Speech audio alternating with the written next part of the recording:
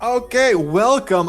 In your screen, you see that the boys already started playing, so we will not take any second. We're here with the quarantine games of Northern Lions in Leeuwarden, and we have Hansa boys against Team P. And well, we missed the first minute, but we did not really miss anything because they haven't scored yet. I'm Facel with Stealthy Wolf, and we will bring you the action. Well, of course, the action is already starting off big. We have both teams trying to get that first opportunity, and it is Mike Sick. Oh, that first goal, just a little simple lob, but it does the trick. Yeah, they got some offensive pressure there, and he just outplaced the last two defenders with a good flick. This is one of the earlier stages of the tournament, so we will see teams slowly rise up, and one of these will go to the second round. We will have in total 4 rounds, if I am correct. Yes, and this is the first one, and we will bring one game per round. And well, both of these teams want to get far, but they first have to get past each other. These teams are pretty well matched against each other, so I think it's going to be close. By the way, it's best of 3 right now. Best of 3 scenario, of course, does mean that they don't have a lot of room for mistakes. It's all do or die. Making one mistake, losing one series, one game is not too bad, but that means that the other team is already on match points. You have to make sure that you try your absolute best, that you try your hardest to not get scored on, and we have almost Raymond making a second attempt on goal, trying to get it 2-0, but it is Riffer that does clear the ball for his team, and the Hansa boys get that pressure on. It feels a little bit like rugby over here. Every single inch that you take on the field is in your favor, so as long as you keep the ball in the opponent's half, you would be safe. One more thing, like you pointed out, if you win the first game, you're already on match point. Well, it's also your life, because it's a single elimination, so if you lose, you're out. Well, that is of course a huge amount of pressure, and the Hansa boys already 1 goal down, will have to take control now. Beautiful first lob ball going to the side as Raymond just gets the touch that he needs to get that ball outplayed. But that is Mike, almost a nice read from the sidewall. Beautiful team play coming out here from Team P, already showing why they are, well, a force to reckon with for Hansa boys. And the interesting thing is, Hansa boys haven't had a shot on net yet. They're consistently in defense. Well, Team P can keep up this pressure, keep the opponents in their own half, and the Hansa boys, well, they're from Groningen. This tournament is hosted by a Frisian association. We'll keep them at the border. Well, nice. They need to score. They need these opportunities, but the ball has to go to the center, not to the side. And we see once again an opportunity going to the side. Not going according to plan, but Riffer gets a little bit of a very fortunate pinch there with the ground. Maybe not what he was looking for, maybe not what he was planning, but the offense very far pushed up into the orange side, not able to take control of the ball, just means that the pressure is on once again. They have to defend, and it's been like this for almost the entire game 1. This may be an opportunity for Hansa boys, yes, but it's the crossbar. Now Riffer, second opportunity. Again, he hits the post. Unlucky Hansa boys. They were almost there to tie up the first game with a minute left, but the post and the crossbar are helping them out. Well, 52 seconds remaining, and the ball is going forwards once again, and Hansa boys get a good clear pass to people, but there is Raymond already on the back line, does get a clear to the front once again, as it is now the Hansa boys with another opportunity. Mike gets it past one. That was the second one, which was also the last person back, but now Mike, high ball opportunity, almost gets that touch that he needs to get, well, maybe yet another goal, but Hansa boys will try and take that ball far. They will try and get it past that first offender, because that seems to be the struggle point. Get it far past that first person in defense from Team P, and it's not going according to plan. No, and we have 10 seconds on the clock. Hansa boys need to score right now, but first they need to get the ball out of their own end. 5 seconds remaining, ball will go forward. He missed it, but Riffer, can he take the shot? He takes it, but it lands before it is 0 seconds. And that means with only 1 goal, Team P will take the first game in this best of 3. Yeah, Team P already 1 game up with only 1 goal. That's maybe not something that we were expecting. I was expecting a little bit more inconsistent gameplay in terms of like both teams getting some sort of whiffs and then ending up to get a goal against them. But so far, both Team P and Hansaboy have been consistent in what they are doing. Just that first goal from Mike giving Team P that fighting edge, because otherwise it might as well have been OT in this first game already. Yeah, for sure. And I want to point something out, except from the gameplay. Mike has a beautiful car. It's a blue color, but he's playing on orange. That can be a little bit annoying, Mike, especially for us. Yeah, well, I was already bamboozled twice, at least. I was like, wait, Mike has an orange tag, but he is blue. Oh well, but the blue Mike is trying to, well, maybe reverse psychology into the Hansa Boys team and get his team the W that way. But we're now in game 2 phase. Another opportunity for Hansa Boys to get back, maybe tie up this series, as it is Mike with the early pressure already. Ball high up into the air as Interfusion does try and clear the ball. Gets a beautiful 50 past one, but Mike, that infiltrator, gave the ball to Casomatic, and it's 1-0 for the Hansa Boys. And this time the Hansa Boys do come out of the shell, and I got to like support them a little bit. I'm one of the Hansa Boys as well. I go to school there, so I would hate for them to go out this early. Yeah, well, it's kind of weird to see that even at this point in the game, we still see a little bit of a boost of a ball. Mike had perfect control of the ball. He gave it away, trying to get boost. Might not have been the smartest choice, but you know, what can you do in that position? But now it is Raymond. Oh, beautiful dunk. Already equalizes it for his team. That was a beautiful play. For sure, Casomatic tried to clear it out and then goes up, but he can't reach the ball anymore. Raymond with a really fast aerial gets the equalizer. They've already scored more goals in these 30 seconds than they did in the past 5 minutes of the previous game. So let's see who can score the most at the end. I think both teams are going to go into a slugfest. Well, both teams into a slugfest. Of course, we have our infiltrator car trying to work his magic, as he now has to move into defense, as is his Booker, and does play the ball to the side. Perfectly done right there. Casomatic back pass works out fine as the ball almost goes in off the bounce. Raymond now dunked. Ball going back and forth. This time around in defense from Team P, and they are struggling. The ball is still in front. Nobody right there to defend it, and it is Riffer that makes it 2-1. It looks like Hans has found their mojo, their jam, or whatever rhythm they needed to pull these plays off. They are confident, and they're just pressuring on down on Team P. If they can keep this up and keep up this confidence, it's gonna be hard, and we might go to game 3. We might go to game 3, but of course we still have around 4 minutes to dictate what the outcome will be, and we already saw Raymond dunking once. He's trying to go for another one, almost continues the touches. It is Mike with an open goal, 2-2 already. Defense cleared out of the way by the previous two. Mike is sick. Well, you can say Mike is definitely sick. I hope he just doesn't have the infectious disease we're all scared of, and it's just him being good at the game. He was waiting there in the midfield until the ball came to him, and they served it for him on a silver platter. He takes a powerful shot, and it's tied up yet again. Oh, once again we are tied up in a game, and a complete mess coming out, as it is Booker that now plays it to the side, trying to follow it up himself. But Mike has the same idea. Both teammates going for the same ball, but Mike, what a placement right above defense. Defense thinking that surely has to go wide. Well, I think I should put the is sick in my name as well, because it's definitely working out. That was an insane goal. Getting that height and that angle from the corner, that's pretty impressive. Now they're leading again. Just when they came short, even a minute ago, they picked up the lead again, and they're trying to just clean sweep it. Oh, trying the clean sweep. That does mean they have to make sure that they stop this attacking force from Hansa Boys, as Casomatic tries to get that ball to the center. Interfusion now with a quick challenge. Gives away the ball to his opposing team, and double commit again on defense. This hurts to, well, see it go this way. It could have been dealt with so easily, as both players that did double commit previously are struggling to defend once again. Now we're almost at halftime, and we've seen a plethora of goals.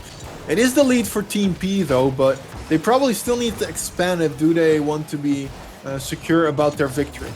but it's still the Hansa boys who are trying to pressure and want to equalize well for a third time. Well, equalizing might be easier said than done, as we have Raymond trying to push that ball through, just absolute power, no mechanics needed, and it didn't go as planned. So maybe the Hansa boys can try that themselves, as they now have a ball high up in the middle, almost going in as Interfusion just clears it to the side. Not what he wanted to do, but the idea was right, the execution was just a little bit sloppy, and it's sad to see it happen. Will is going in, it's posted out. Casomatic almost had that Interfusion, tries to get it again, but they just can't break this defense. This can be a dangerous ball. It will loft onto the backboard, but Buka is the first one to get it safely out of there.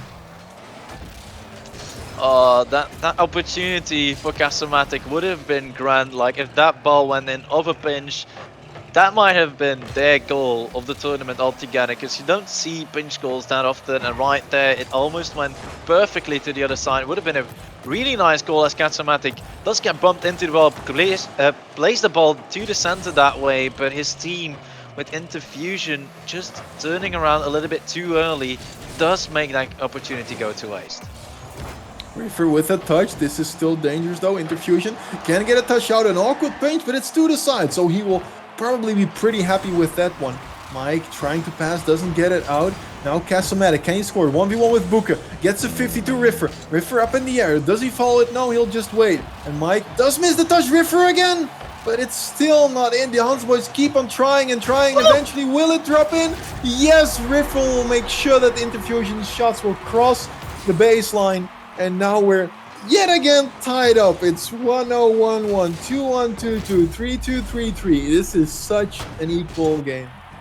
Well, you might wonder what Mike Isik was doing that high up on the backboard, because he was completely eliminated from that play. If he was on the ground, he might have been able to save it easily, but yet I think it is the feed that strikes into you when you see the ball going towards your net.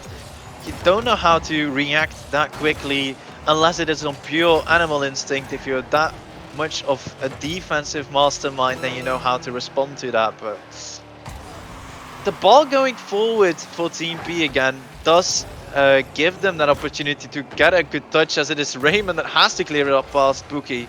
So the Hansa boys definitely doing some work, as we have his fourth goal from them from Casomatic. 4-3. It looks like the Hansa boys want to be like, guys, we had a rough first game. It happens to all of us. We will take that second one. We will go to game number 3 and show Team P that we're here down to play. And well, 14 seconds to equalize it, or we will go to game number 3. Well, going to game number 3, unless there will come a goal from Team P in these last 3 seconds. Ball played to the side. They will have to keep this up. Oh, Buki with the attempt was on target, but Interfusion coming up clutch for his team to make sure it goes wide. Hansa boys equalize this series. Now both teams are on match point. Yes, it's a best of 3, and with the series now equalized in a 1-1 scoreline, winner takes all in the next game. Like the first game, both teams maybe needed to warm up a little bit, find out how the enemies are playing, and now both teams are pretty warmed up. It's 4-3 scoreline, so I expect like similar fireworks as in this game into the next one. Well, we might expect the same fireworks, or it might be a 1-0 win again, just as in game 1. But this game was definitely way more eventful. Hansa boys coming in clutch in those last moments. It was looking like it was Team P after that goal from Mike Isik, but it just shows that Rocket League is a sport where everything can change in just a matter of seconds, and that's what happened right there. Yes, for sure. And well, tournament life online for both these teams. After this match, one of these teams will go out. And well, let's just be honest a little bit. Even if you win this series, your next opponent is Reckless Rocketeers. I presume that's their name. And well, they are the first seed of the tournament. So we might not see these guys again, even though they would win. Well, we might not see them again, but at least they got to play on stream once. They got that opportunity. Well, also that training in, so that's going to be interesting. But now, it is of course Team P that do want that W. They already won that first game. Hansa boys of course got that second game. Can they initiate the reverse sweep in absolute fair play Groningen style, as we've seen him do? Either get sweep or reverse sweep the other team. That's the style that you applied, Face, and maybe the Hansa boys can learn a thing or two. Maybe it would be wonderful to see something like that be prevalent in every other Groningen team, but we still have a game on our hands, and we'll see if they can make it true. They're now in defense. They need to get out. Here's a pass to a good clear. This maybe be an opportunity. Mike will take his time with the ball. He touches it once, gets it past one, gets it past two, but there's Riffrick to make sure that they don't go back into defense. It's a pretty close game, and both teams have a lot of opportunities, but they need to get it past that, like, third man who's always waiting.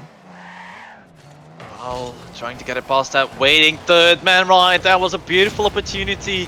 Mike is sick with a beautiful lob into the middle to Buki, who was almost able to find it up, but it is now Raymond trying to follow up on his own ball as he doesn't get the control for the dribble, as it is now Mike playing the ball to the backboard. Riffer does get a beautiful shot, does pinch it with the ground, makes the ball go high, but that high ball is now a deadly thing for the defense from the Hansa boys, as they are now double committing, triple committing even on defense to trying and get that ball cleared. And they want to get out, but they're not getting out. This could be dangerous. Buka with the shot, and that's a banger! 1-0 for Team P. Oh, that first goal going in his favor. Already making sure that Team P is in the lead once again. They won that first game with only 1 goal difference. It also happened around this time, so maybe it might be interesting to see if they can hold on for the rest, the remaining 3 minutes and 20 seconds. And, well, make the Hansa boys go out in a 1-0 game. 3 minutes remaining on the clock. It looks like Team P wants to expand their lead, but with this pressure that they're putting out on, they need to get the ball forward. They need to put it towards it. Here's Mike with an aerial. He can get it towards it. No, it's barely wide, and Hansa boys will clear it. Both teams hungry for the next goal, but it looks like Team P is a little bit more aggressive. Oh, Calsomatic almost with the own goal. Oh, Calsomatic making sure that that own goal doesn't go in. Maybe that was all planned, Face. Maybe we are thinking he wasn't fully in control, but of course Team P was almost cheering inside themselves, thinking like, go in, give us the 2-0, give us this easy deficit increase for ourselves, as it is now Buki that does try to clear that ball to the side, hits it to the side once again, and it is now Mike does try and control it, as Calsomatic does realize that he can cut in, does make the cut properly, plays the ball to the side and keeps the control for his team. Oh, Mike does get the second goal as well. There was a goalie waiting, but he was just eating the dust of Mike. He was ready to save it, but not that high in placement in that corner. And that gives a 2-0 lead to Team P. It's going to be real hard if Hansa boys want to come back. Well, Hansa boys will have to come back if they want to win this series. But it, of course, Riffer almost with that first opportunity, just going slightly wide, does keep that pressure up. Definitely something very important. He has the boost to, well, move around swiftly right now. We see him sitting at around 74 already. So it is now Mike. Goes for the air dribble, gets it past two, but that's an open net, and Interfusion makes it 2-1. And that's the first out of 2 that the Hansa boy will need. Mike tried to air dribble, doesn't really work out, and then Interfusion just gets the shot into the other corner. It looked like Calsomatic was going to take the shot, but he just cuts in front of him, puts it in the under corner, and the defense don't know what hits them. Oh, the defense doesn't know what hit them, as it is now one more of this, well, actions going on from Hansa boys that will give them that equalizing goal. They will, of course, need at least one more to win. Definitely need 2 if they can keep Team P just by with 2 goals, but we see that the pressure is being applied heavily right now. They're not giving away that ball freely. They're always trying to have one person on the ball at least, as it is now. Raymond on the side does leave the ball for Mike Isik, as Mike gets a touch to the backboard. Now someone from his team has to be there to follow it up. Pookie with a very nice control touch keeps the ball in the half from the Hansa boys, as they are now struggling, as Raymond is wasting all of his boost trying to aerial above the ground. With 1 minute remaining, Hans Boys still need to score 1 to even tie up this series. At least have a chance of winning it. Here's a high ball. Interfusion doesn't get it. Casamatic is the only one who's back. Mike puts it to the side, but there is Booker waiting. He will try to do an aerial. He doesn't get a solid touch on it, but the clock is still ticking, and Team P will be happy it's ticking down. Well, 26 seconds remaining. Team B applying yet another bit of pressure, trying to get that third goal in, just make it a done deal. But Interfusion says, no sir, we are not allowing this. We are going to try and take that ball forwards now. Riffer and Casamatic double committing on the ball, trying to get it forward as Casamatic does play to the side. Ball now in the middle. Riffer into Interfusion, ball into Buki, who does get a shot. Ball is high. Mike with a redirect, and it goes in 3-1. What a beautiful finish from Mike. Mike just putting salt in the wounds of the Hansa boys. They already won. It's over. But he's like, nah. Let me take this extra one so they know for sure that we took this. So Team P will move on. Hansa boys will be kicked out of this bracket by Team P. And well, that was the result of the first match. Yeah, Hansa boys did play phenomenally well. The comeback in that second game was something remarkable, Phase. Like, at one point you would have thought, okay, Team P is definitely well done with this series. They closed it out already after that last goal from Mike Isik, but then they somehow were able to get back into that game. Did make two more goals, and were taking it to match point, taking it to that game 3 in the best of 3. Definitely a phenomenal performance for themselves, as they could be called equal to Team P. Yeah, it was really close, and well, we are looking to get into our second game, like we're waiting for all the details, but when the results come in, we have our next game already. We're eyeing it, but we need to know if the teams did win and if everything is going. But yeah, it looks like, oh no, it doesn't look like it yet, but this was a good first match. The second match that we will have, one team is already confirmed in there, and their name is Dutch for bald, fat, and ugly. Kaldig and Lelijk, that's what we like to say it over here. Very creative name. I think we, yeah, and it looks like the other team has already won, so we might be able to just jump in that straight away. Well, might jump in it straight away. Of course, we need those details. They are very important for us to, well, yeah, get close to joining that game. And while we're waiting on that, it's going to be a little bit more interesting, because I've been told that both teams are a little bit higher ranked as the previous ones. But of course, that will show us how much of a difference it will make. Yeah. But yet again, so this is a bracket where we've got, what was it? I think 14 teams in, and we will have 4 rounds. So this was round number 1, and we will shortly move on to round number 2, where we will see Kaldik and Lelijk against the Magistrale Mannen. What would it be in English? Is it like the Magnificent Men? I've absolutely no clue. I think I would have said them Magistral. Also a similar sounding English word, but I'm not 100% certain. Let's just Google Translate it. Okay, well, we'll find out what that is then. And for the rest, yeah, we haven't really seen the rest that moved on. We've got Reckless Rocketeers waiting. We've got the Pigeons waiting. What is this? Piano Fun? I don't know what that name is, but those guys also won their match. That is Henky 99, Cookie Monster, and Screezy. So we might see them later as well. It looks it's pretty interesting. Bracket is moving on quite nicely. Also, for the English name, it's gonna be Masterly, Skillful. Oh, the Skillful Men. Yeah. Doable.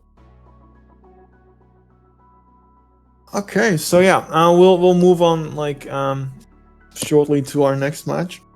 I'm just like I'm really happy that during this time of isolation and stuff, because Well, where gamers are a little bit more used to it, I would say, than normal people to be a little bit more in our room for ourselves. But I want to get out there, man. I haven't seen people in a long time.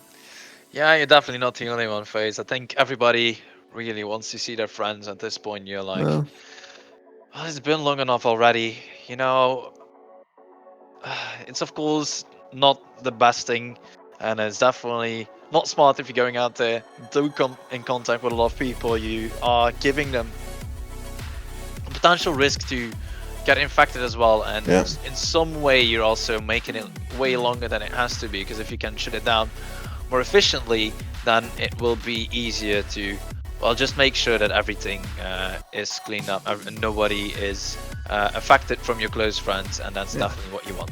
Yeah, let's not get too deep into the politics because let's be honest, we don't know that much about what's going on out there. I just wanted to mention with that statement that I think it's a very beautiful thing that Northern Alliance is organizing these quarantine games where people can play games with their friends and just forget about everything that's happening on the outside for a while.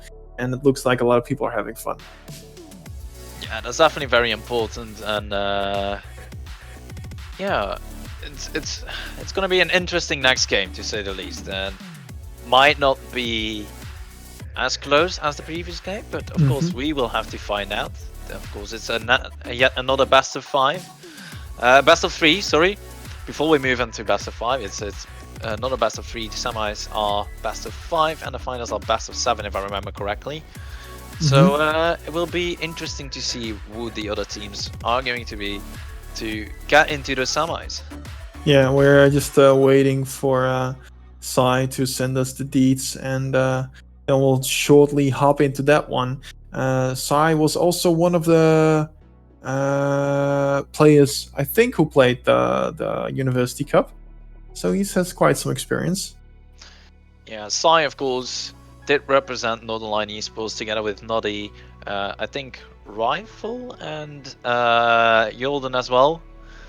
Didn't go too well, as they had to face up. What? Not too well. The guy's got top 8. Yeah, but I mean, didn't end too well in the top 8. They had to. They got top, dude. They got top 8. They had to face up against the overall winners from the start. So that's a little bit tough if you're fighting against an RLCS contender and then an Axe, Axe, or a very RLRS experienced player, let's say. Yeah, but they already beat like the one of the strongest English teams to get into the top 8. Like that was a major upset. They did amazing. I know. That's been at least one very cool ride that we have seen. Maybe some of you guys from the Northern Line, association, let's say, have also enjoyed.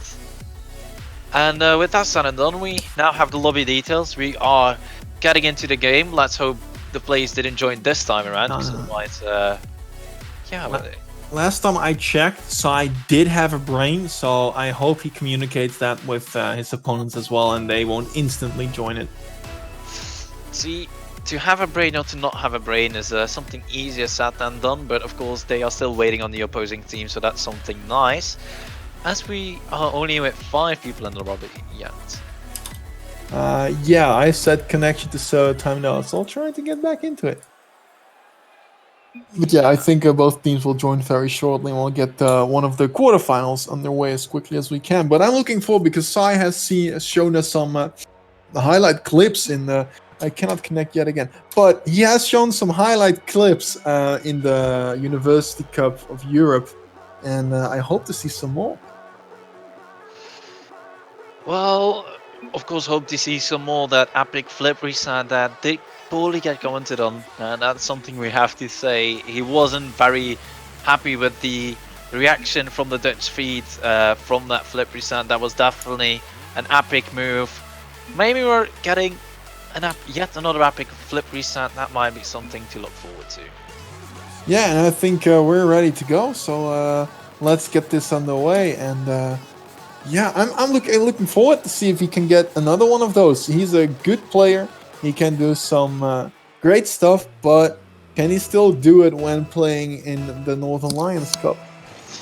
Well, of course, there's a little bit of home advantage, you might say, or maybe a little bit more pressure from that home advantage. So we'll have to see how this one goes, as Razepop is already trying something fancy to start the game off with, as Sai, the man in question, does play the ball to the center, and Piotr, his teammate, is able to clear it up. Yeah, it was a good infield pass, even though nobody's winning. We see a demo there also on the goal line, something we haven't seen that much in the previous series. Now they try to move it forward. Piotr is waiting right there. He will apply pressure on this ball. He gets it middle, but Sai cannot reach that. We'll already see, by the way, that the level in this lobby is a little bit higher than the previous one. Well, it might be a little bit higher, but that's an opportunity created from Sai. Does play that ball perfectly forward, almost reached by his teammate. But of course, you have to get that connection in order for it to count as for Nostios. Well, we're just gonna call him Forno, which means oven in Italian, if I remember correctly. But yeah, so Forno, of course, did not get the touch that he wanted. As he's now the last man back, does get denied by Sai. Maybe they are taking this a little bit too, well, simple. They're trying to style a little bit too much and not playing too serious, because that's how it feels like. But right there we have a beautiful first opportunity as Piotr just beans it to the side and just makes it go to Narnia. They are playing very liberal, but here an amazing double tap by, let me try this one, for Nostios. Well, I think it's close enough, I'm not sure though. But that was pretty good, and getting that second one, I thought Sai was gonna put up the highlight plays, but I was wrong. Yeah, well, we already have our oven turning up the heat as Alforno makes a beautiful double touch. That was definitely something nice to start this game off with, as it's now 1 minute and 30 seconds gone. I don't know how to pronounce their name properly, but we're just gonna go with KDL. We'll have to step up properly in order to get back, but Razepop, beautiful redirect, 1-1 already, defense not to be found. That was a good play. There was also a team bump on Sion for Nostios, but even though there are 3 defenders, he still gets it. It's for Nostios. Yeah, we got that for Nostios. I think we were pretty close to it, but if we butchered it a few more times, then hey, don't blame us, blame your name choice. I mean, I'm just gonna keep calling him Oven if that starts happening, but hey. Oh! Ooh. Well, the defense from I was gonna say Majestic Man, but I mean, I'm just gonna go with it.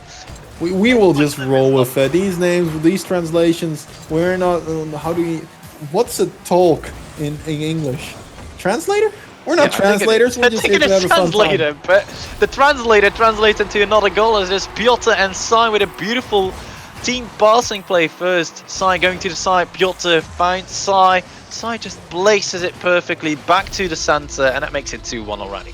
We've seen multiple passing plays on the side of the magnificent, the skillful, the whatever men there are. And they haven't connected that well yet. This was the first good connection of that passing play. Well, a good first connection. That does mean that we need a little bit more for it to be, well, very solid, as we now have Sai playing it to the front, almost trying to follow it up himself, realized that he could never reach that ball and gave it to Nostios, who now plays the ball to the side, to the center, using the side wall, but the defense from the Majestic Man is looking a little bit more controlled. They're not trying to rush it too much. No, and it's just a 1-2 lead, so it's still a pretty close game. So it can still go either way, but it does look like that there's a little bit more comfort on the Majestic Man than on, what was it? Bald, Fat and Ugly. Yeah, that one. Well, I just called him KDL at this point.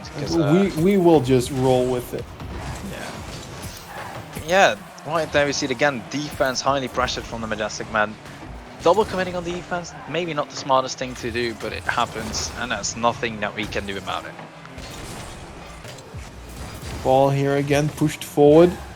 Wackett tries to get something going. He does lose his 50 against Piotr. Now it's on Ronaldo. He pushes it forward yet again. There's Bob, but he doesn't get the shot on net. He gives the ball to Sai. Now Sai up again, trying to get a double tap right here. He doesn't make it, but he looks pretty free there up in the air with no one contesting him. Well, free is one way to put it, but right there we have Nostios, does get a beautiful first touch, does play it past Wack, but there we have Ronaldo Moon very special name. First time I definitely see it happen on stream. But yeah, Sai is now the one to try and pressure that ball. Does get clear to the side, and is now able to follow it up. Does get a touch, not going too far to the middle, what he was anticipating for. And now his teammate Piotr did leave enough space, was able to get a proper touch, but Racebob was able to follow it up himself. Ooh, that was a good passing play to Piotr, but he could barely not make it. Now 30 seconds on the clock, and Bald, Fat and Ugly have to score a goal if they want to tie this up. There's a demo. This ball will go to the center. Sai is waiting right there. Pushes it to the side, but they're not out of the danger. Team bomb. 50 towards the net. Will that slowly roll in? No, Sai gets a touch, but Piotr gets it to the post and out. And it looks like the Magnificent Men barely escaped the equalizer. Well, barely escaping the equalizer. We have the last couple of seconds of this game. Ball 0 seconds high up in the air. Piotr with another attempt. Well, missed by both teams, and it is the Majestic Men that do get that first win. Yes, it was a pretty damn close game. It was just 1 goal difference, and Bald, Fat and Ugly got a lot more shots than the Magnificent Men did. So this can still go to a game 3. Well, I just got a message and I don't know how to interpret this, so sorry for the inconvenience. It looks like we will just go to the next game, and I think that the Magnificent Men will also take that one, but I am not 100% sure about that. I think I now know how to interpret that message. Good. So why do I think that? Well, the Magnificent Men, they're pretty good, and they play pretty free. Like, they play like Free Willy at the end of the movie. They just go around the field wherever they like to go, and they pull off some infield passes, and that results sometimes into a goal. But those infield passes can also be the risk that will take them down this game. But I don't think that Bald, Fat and Ugly will have the insightfulness to intercept those infield passes and create an opportunity out of it. But maybe they do. Maybe they will see that that is the risk that the Magnificent Men are trying to deal with. So we'll see, because here again, Sai with the infield pass, and there's the shot. Almost a goal again, but it's just that infield pass can be so deadly for both the offense and the defense. Now Fornostios up again in the air again, doesn't get it past the defender. Piotr tries the same, doesn't work out as well, and Ronaldo Moon gets it towards the midline. They need some breathing space, and they get it through. It's here Racebob with almost a free ball. He booms it forward. He takes the enemy boost and leaves. Lovely play, just try to boost off them, but if something happens like that, you need to be back, or Ronaldo Moon gets a lovely save. We're about 1 minute in, and both teams having some opportunities. Racebob here, but yes, there's Wackett. Racebob gets it very well towards the middle after also a demo on the defender. This resulted in that it was almost a free goal, but Racebob couldn't get it past Fornostios. And there's then Wackett to make sure that they take the 1-0 lead. And now it does look like the Magnificent Men have to push. Well, they have to push, of course, for that first goal.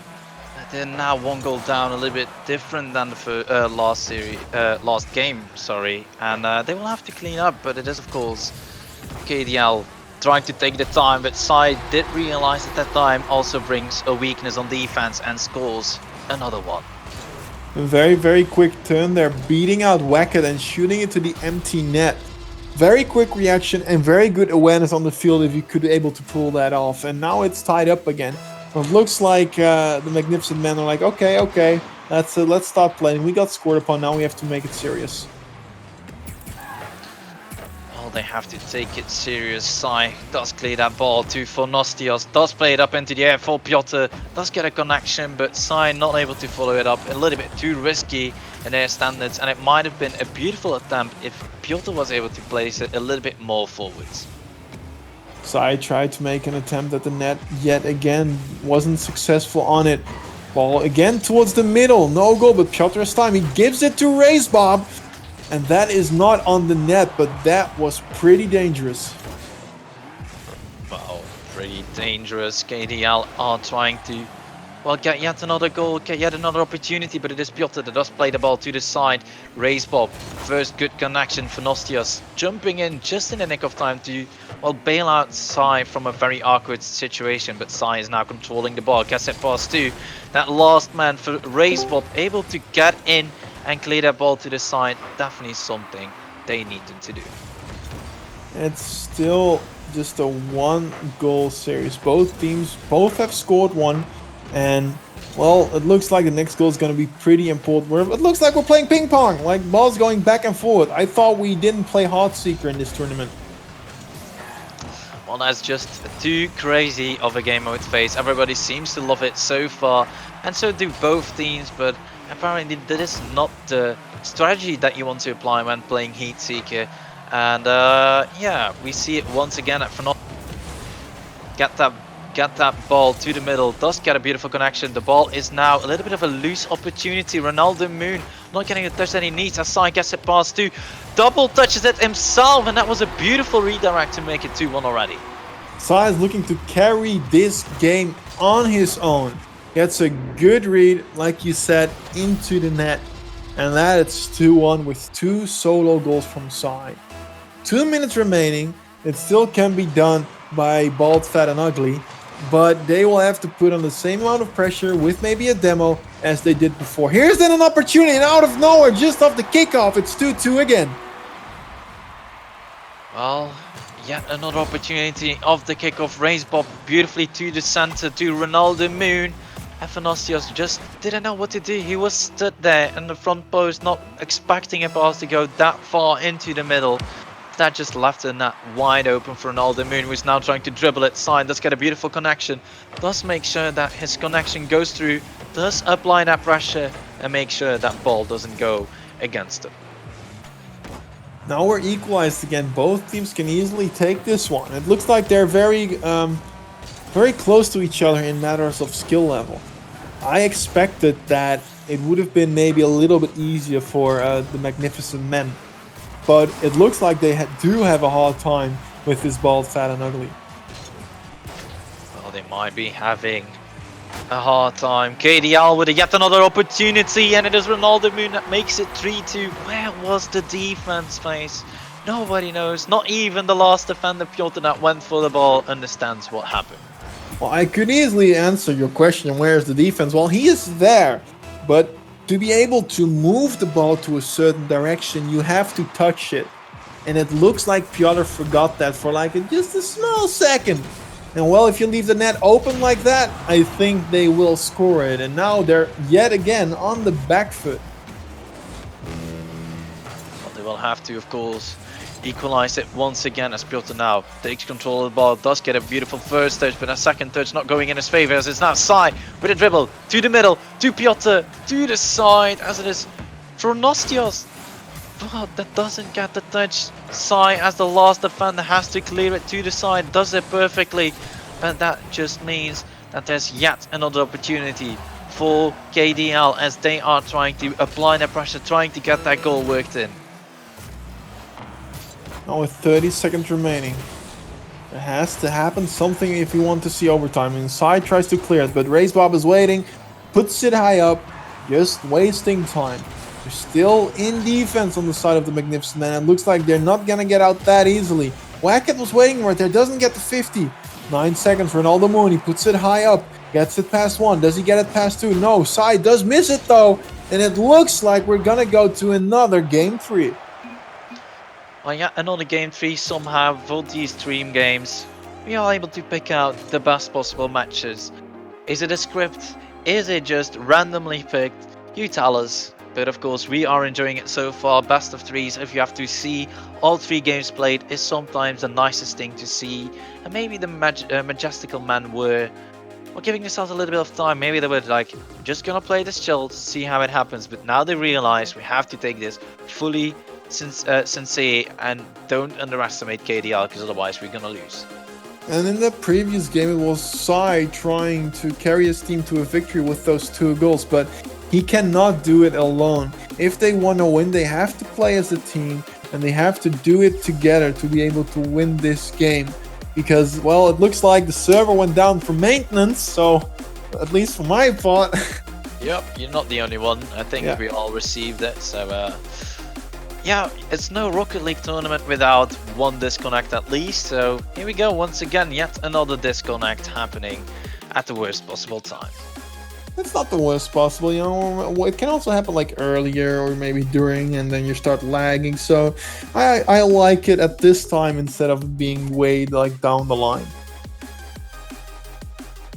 Yeah, well, it's not the best thing to come across, but of course the lobby is already up. Both parties do realize they do want to get that game done and over with. We're already in the game. We're waiting on the on the second team rather, to see how this one goes, and it's gonna be interesting. Team B, our team from last game, didn't make it through, as we have the Reckless Rocketeers already moving into the semi-finals, but now it is a question, will it be the Majestic Man or will it be KDL that do move on to that same spot to face off against Reckless Rocketeers? Well, we'll have to find out. What kind of game will we see? Will we see a game where it's Sai trying to carry his team, or will it be a team play? Because I think that if Sai tries to play alone, it will go to Bald, Fat and Ugly, and they will take this series. Well, they will take this series. They are now already applying that pressure. For Nostios does get a good first touch. Sai on the side wall does try to make the most out of his touch, does try to force it through with it at 50, as it now for Nostios does play to the side, trying to get yet another connection, but is not able to do so. Now Raise Bob freestyling his way through, as Sai has to step in, not even in that last man position, still had to clear up that ball to the sides. Who will score that most important first goal? It is Sai. Yet again, they just push the ball to the middle. One is already waiting there. He will take the shot, and in this fashion, they score the first goal. And yet again, it's Sai. But I want to say this is more of a team play than Sai doing everything on his own. Well, it might be more than just a team play. It might be, well, going in their favor. That's an open net. Whacked, almost getting it in. Piotr with a saying that he does have to get. Oh, Fonostios not able to get a touch, and that makes it 1-1 already. Beautifully slow played from Racebob though. Yeah, Racebob kind of faking a touch right there. Because if he had a touch, he needed to put it down. Because if you put it up, it will go out anyway. So he doesn't get the touch. He fakes the whole defense, and as fast as we just saw that the 1-0 out came in out of nowhere, it's 1-1 again, and the Magnificent Men are struggling. Oh, they might be struggling. They need at least one more goal, but then they need to hold on to that lead. It's not so easy against KDL, and Sai is trying his hardest, trying to, well, grab everything out of his dictionary on what he's able to pull off, as we see him trying to go for balls from the side wall. Awkward hit or not, he is going for them, trying to make sure that his team is not messed up by him missing the ball. And Fonostios now does get a speed clear, does try and get that ball worked into the center, but it's not going too much according to plan. Here's another shot. Wax is there, he saves it, but he doesn't put it away. Piotr high up in the air. That's Sai's playground. He doesn't beat Racebob though, but he gets something here. Fonostios tries to infield pulse, but misses the ball again. That's not something you want to see if you want to see the Magnificent Men move on. And it looks like Bald, Fat and Lucky has been in defense for most of this game. Can they get out, or will we see the 2-1? Well, I don't have to ask that question anymore, do I? Well, you don't have to ask it yourself, but it is Fonostios with a beautiful redirect down, just on top of the last defender. We did play it high up. Wack didn't get the touch, or Racebob rather, didn't get the touch that he wanted. And that's not going according to plan. But right there, early kickoff, almost yet another opportunity. That ball just didn't bounce the way that Racebob wanted, because otherwise it might have already been 2-2. Well, it wouldn't surprise me if you saw a quick 2-2, because we've seen it in almost every game where the Magnificent Men got the first score and that they got tied up almost instantly. But this time they managed to hold on to a lead for a moment, so maybe they can expand it this time instead of forfeiting it.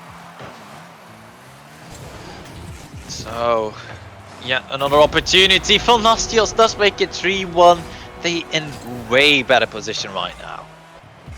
With that 3-1 lead, they might feel comfortable with what they got right now. So they just have to play this one out, don't take too many risks, and they should move on. But we'll probably see Bald, Fat, and Ugly move up, try to create pressure, and try to find a goal. They might even play a little bit reckless. I might play a little bit reckless. Maybe that is their best way to approach this, but that's of course something that time will tell, as Nostios is very aggressive on that back wall, trying to get a play aside, just place it past Race Bob. Definitely the connection that he needed, but right there, Race Bob missing, did leave that ball for Nostios that plays it into Piotr, and Piotr just poorly plays it to the side, panicking a little bit too much, and Side now has to clear it up. There's like a big minute remaining for Bald, Fat, and Ugly to score. But they're put under a lot of pressure right now. And if we see that 4-1 drop, it's possibly lights out. They have to move out, they have to create opportunities, and they have to score. So if they are not willing to take the risk right now, it's going to be really difficult for them to get something going. Well, it will be really difficult. Ronaldo now on the side, well, trying to drive it up, but he already realized that Sai was doing the early challenge. And that challenge, of course, now puts Sai to the back post. And, oh, beautiful open at Sai, of course, is going to redirect us in. And that's possibly gonna be it for Bald, Fat, and Ugly. This is maybe the end for them in this tournament. They can still get back, but they have to score 3 goals in 1 minute, which can be seen as an insurmountable task. But let's see if they can do it. Well, let's see if they are able to, well, at least get 1 goal in the comeback. But right, there's another opportunity. Piotr plays it high for Sai. Open that. Does play it high once again as he realized that 2 committed for Nocius now does get a beautiful 50. Clear to the side by Ronaldo Moon as the ball is now going forward yet again with Piotr. Not getting the touch of his life, but maybe it was far enough to apply that pressure on KDL. And when the clock is slowly ticking down, the Magnificent Man will be happy with what is happening. As long as this ball doesn't go into the goal, everything is fine for them. For now. Because if they win this, they will have to play against the Reckless Rocketeers, which may be a whole different story. Well, it might be a completely different story. There's already 4-1. Last 10 seconds. This is definitely going to the Majestic Man or the Skillful Man. That's also one way to put it. And the skill will be shown once again. Sai almost trying to control it, but then realized that he was way too far from the ball. And that means that the Magnificent, the Skillful, the whatever you want to call them, men, will move on to the semi-final. Just as the Reckless Rocketeers, who won their semi-final, their quarterfinal. And do we also know from the lower bracket? No, we don't know yet who from the lower bracket has moved on. I think we will take a short break. We will get some water and all that good stuff to rehydrate. And then we'll be right back with the other series.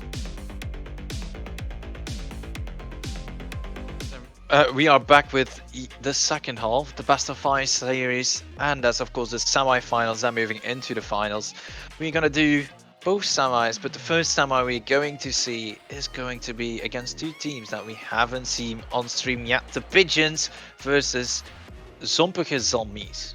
Yeah, I would say, is that what, Saggy? Well, yeah, I think it is Soggy Salmon. Soggy Salmon. Yeah, Soggy Salmon. These names, man, it's been fun translating them into trying to find the right words. But yeah, one of these teams will go to the final, and it's now a best of 5, and I'm very interested to see who's gonna make it, because, well, the final is gonna be a best of 7 eventually, who will be against the Magnificent Man or the Reckless Rocketeers. But both these teams had quite an, well, I don't want to say an easy journey, but they breezed through it. Both of these teams have won every single series they played 2-0. Yeah, every series 2-0 definitely does show that they're a strong team, but of course the other side, they are in the semi-finals for a reason. Both teams are in right now, and let's see if either one of them can do a little bit better. Yes, both teams, I have not heard a lot about them. Like, I don't know them like I know Sai beforehand, but there's one name who does stand out to me, and that is Kuxion. I think I've heard the name before. I don't remember where it's from. Maybe from Smash, like Smash Ultimate, but I don't know. I don't recognize it from somewhere. Well, I think the soggy salmon is in the orange, and the other team is in blue. I don't know. Yeah, okay. It is like I said. So soggy salmon, orange, pigeons in blue. Yes. And well, it's the best of 5, so we are curious who's gonna make it. And as we said, every single time we see a new lobby, it looks like we see a higher level of play. Here's then a shot, but Borin just in time to make it to the side. Now Bus is waiting. What will he do? He will go up. He will try to put it high. Infield pass to Kuxion. It doesn't connect, but good attempt. Well, the attempts, of course, already coming out strong, trying to get those opportunities worked inside, and that is Kuxion does play that ball high, but it is Mark with that immediate pressure, that immediate follow-up to almost get that ball worked in himself. It is now Borin. Beautiful 50, ball to the center, but Bas was able to get that ball clear to the side as they now had an opportunity, but just very well, or very poorly rather, communicated on the side from the Pigeons. Yeah, the Pigeons here in blue against the Salmons in orange, just to make that a little bit more clear. And here's also the first goal for the Salmons. Reformed Mark scores it. Well, he's called Reformed Mark, so I want to know how he was before he was reformed. Very toxic, or just completely the opposite. That's, I guess, what you reform from. If you're too naive or too toxic, it's one of the both ends of the spectrum. But with that said, and then they're already in the lead, the soggy Salmons do apply a ton of pressure. Borin, of course, on the ball, doesn't get the touch that he wants. Did try to play it down to Mark. The ID was there, just the execution a little bit sloppy. Here another attack set up, but Boss being there to cut it off short. Cheman doesn't get it. A rushed play by, what was that name? Unbroken? Like, is it like Swedish or something? We're just gonna go with Unbroken. That's not fun. Unbroken. Yeah, I get what you mean. It's like, it's unbroken. Well, Unbroken does get a clear to the center. Let's try to follow it up himself with his team, and that does get the interception. A ball on target once again. The side post being the MVP, but Yemen right there able to get that ball worked in as Borin just sadly hit that side post. What an aerial by Borin. He was up so quickly and so high that was really hard for Kuxion to make a save. But eventually it doesn't go in from Borin, but luckily Cheman is there waiting, and that's a quick 2-0 lead for the Soggy Salmon. And can they like keep this up? Because every single series that we've seen have been pretty close, but this one looks like it's like slowly running away with the Salmons. Oh, the Salmons swimming up the river, swimming against the current, and already being 2-0 up. Kuxion and his team not doing the most, as Unbroken does play the ball to the center, almost puts it on target, but Mark was able to find that save, find that clear, and that was also important in this scenario. I like that you just stay with it with all this Unbroken, and we will keep that going on as well. He tries to put it forward as well, but Mark is there in time, tries to get a shot on, does miss it, but Kuxion, can he be here in time? Gets bumped, but Cheman on the wall. Now, can he make something out of this? He gets a 50, but his teammates are not there. Good attempt from an alpha attack from the Salmons, but it's not fruitful. Well, not giving any fruits, that it is Reformed Mark trying to go up for a little bit of a what you might call a free side hit, not going in his favor, as Borin now plays the ball to the side, gives it away to Kuxion. That just plays the ball without trying to control it. That might be a little bit of a game changer compared to why, well, the Soggy Salmons are in the lead. They are playing a little bit more control, not giving away the ball at unnecessary times, but right there Unbroken almost puts it in, as it is now Kukshin launching yet another shot as they are controlling the ball to the side once again, and this is the control I've been talking about. Yeah, they take their time here. They go for a dribble play. One defender remaining. He gets it over him. But does he get it in? No, Kukshin doesn't hit it. But there's reformed Mark yet again. It looks like you said that the Salmons are just playing with control. They know what they're doing. They don't rush the ball. They play it in their own pace. And it looks like the Pigeons are having a hard time dealing with it. Well, they are definitely having a hard time, and Kuxion and Unbroken will have to step up in this next game. Yes, I'm already calling it that this game is not going to be a comeback from them, but Boren, Tiemann and Mark have been playing phenomenal so far, as it is now Kuxion high up in the air, already 50 by Mark, who's fully in control, has all the boost of the world to try and follow up on this ball again. Does get a beautiful 50, now plays it to the center, but Boren and Tiemann were sleeping on the side. And like you said, with only 30 seconds remaining on the clock, a comeback is almost out of the window. So it's gonna be the next game, and because it's a best of 5, it's a lot safer for the Pigeons. They have a little bit more time to try and come into the series, to try to get their momentum in the right place. Here's maybe a goal that they can take away with it, yes. Well, maybe there's still like a possibility for a comeback, but this is also just a really good boost to your confidence. I'm feeling like you're evading rather to say his name. Of course, we're not gonna do the full sellout as it is in his name, but we're just gonna say Imbrücken did get a beautiful touch, did play it into the net, but there we have Mark with an early pressure right from the kickoff, almost getting in yet another one for his team, and that just shows that the Pigeons need to realize that they have to be very wary of the touches that the Soggy Salmons are going to make, because they are really good in control. They are controlling the ball nicely, and even if they double commit, that last and that third man back does know what he has to do in every situation, and that's why they just were able to score of a little bit of something that you might call lucky last goal. And that was game number 1. Normally this would be a really important game. It's still important, but there's not that much weight on this game because it's a best of 5. If you lose your first game in a best of 3, that means that you're now, well, on tournament point, because if you lose, you're out. But in a best of 5, the first game is not the most important one. It's the second one. Because if you lose the first one, if you win the second one, it's just 1-1. We're back in a best of 3, we're on equal grounds again. But if you if you lose the second game in a best of 5, well, you have to reverse sweep again, and that doesn't happen that often. Well, it will have to happen over and over again, and Borin, Tiemann, and of course Mark are going to try and back that second win in the bag, get to that match point as quickly as possible to, well, get their spot in that final secured. But it will of course be now the question, how will the Pigeons respond after the game 1? Oh, it looks like Reform Mark goes for the solo play immediately with the shot towards the net, but Kuxion in time there. Now Born from the ceiling gets a flip, doesn't go towards the middle, but he does set up the pressure, and they can build on the pressure. They need to get out of defense on the side of Pigeon because this is dangerous, and it's almost... Oh, is it a goal? Oh. Broken?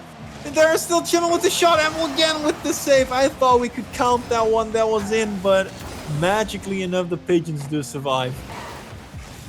How were they even allowed to apply that high amount of pressure? And now we have a passing play almost going in, but Borin with enough speed, enough momentum conservation, was able to play that ball to the side even without no boost. And that's definitely something very important, that you see that the Soggy Salmons are able to control any situation as long as they have the momentum to get to that ball, the speed to get up in the air, and they know how to apply it.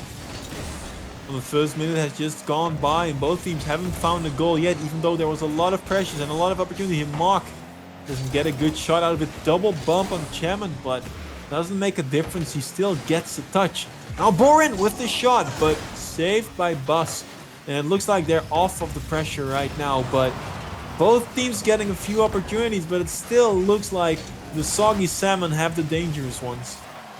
Well, the Soggy Salmons might have the dangerous opportunities, but right there we have one for the Pigeons. They almost got that first goal for this game, and that might apply a high amount of pressure as Mark now, as the last man, does get a 50 going in favor for the Pigeons as Bass now is trying to get back into it. Almost puts that ball towards the center as it is now Borin in an awkward position. Does get a beautiful extension, but nobody from his team able to follow this one up as Kuxian pre-jumps this. Borin being rewarded in a little bit of a lucky sense, if you ask me. And yet again, another minute has gone by and still no goals. Still, both teams having some opportunity. I thought that earlier that Kuxian was going to score that one, but he didn't. And we're still in this stalemate. Who will make the first aggressive move that is successful? Because it will set the pace for this game.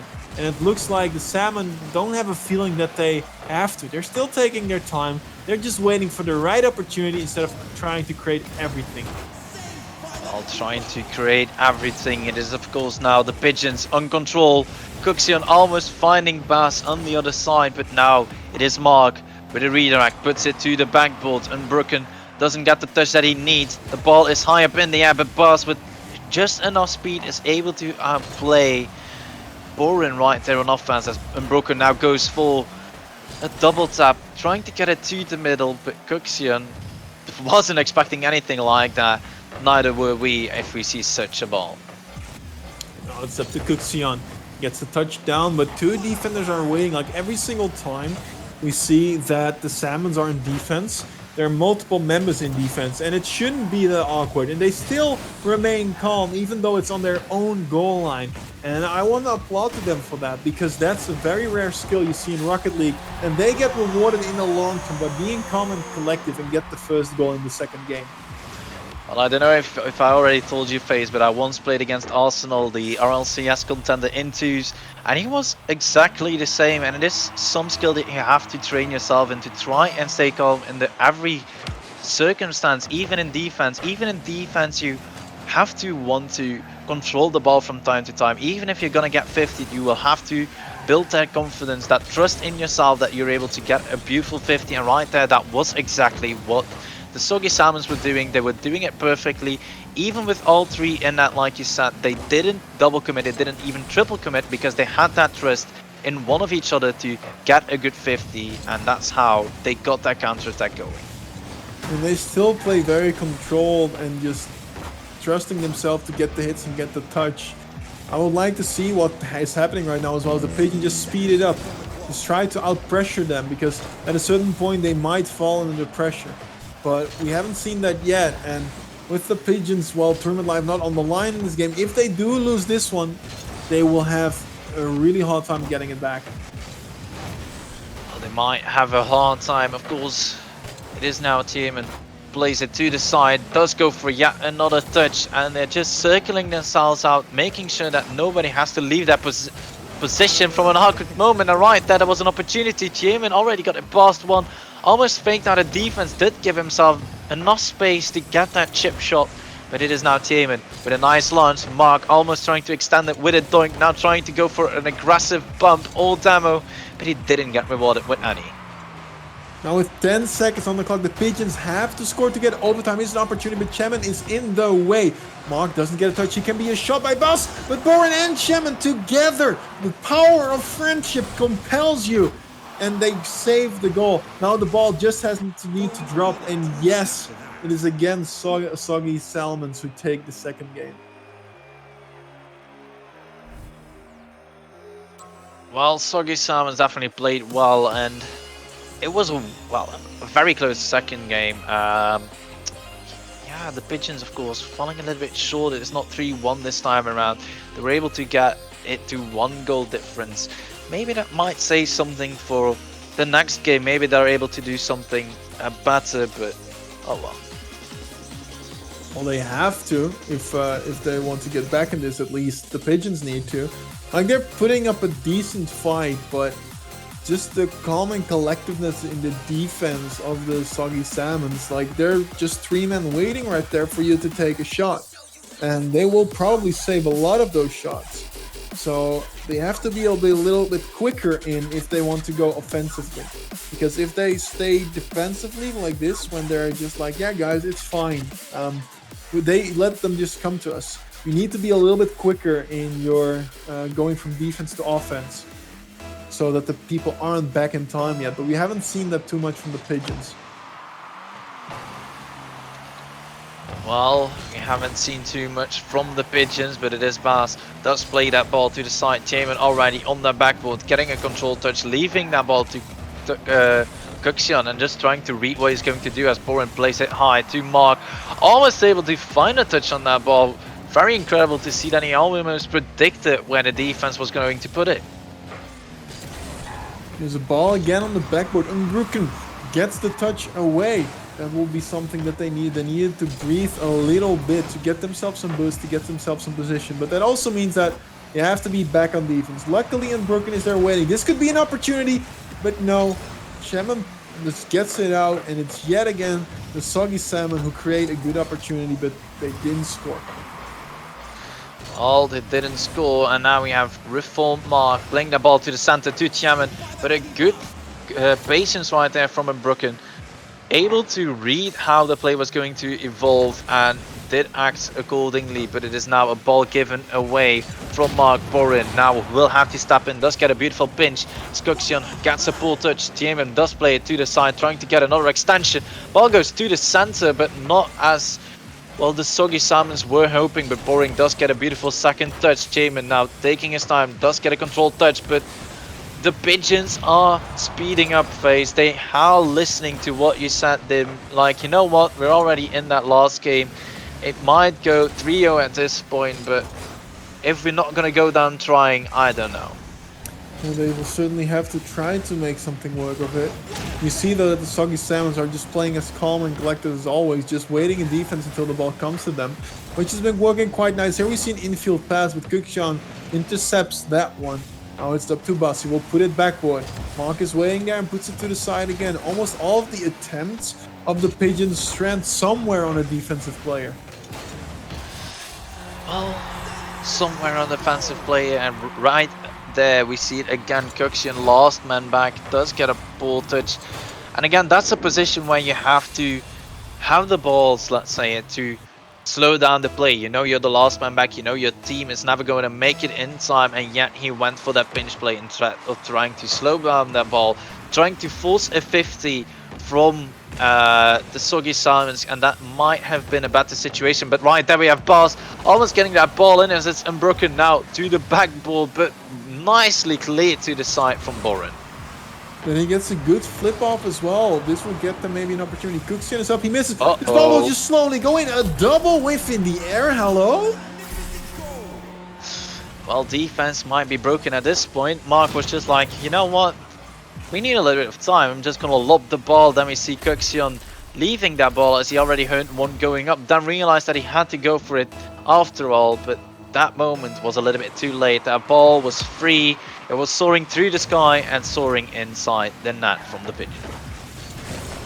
It's still up to the Pigeons to show us something in these series. They've been, well, keeping up a little bit, I would say, but they haven't shown winning plays yet. Here's a good shot though by Kuxian, and that might be the start of them showing those winning plays, but they need more than one.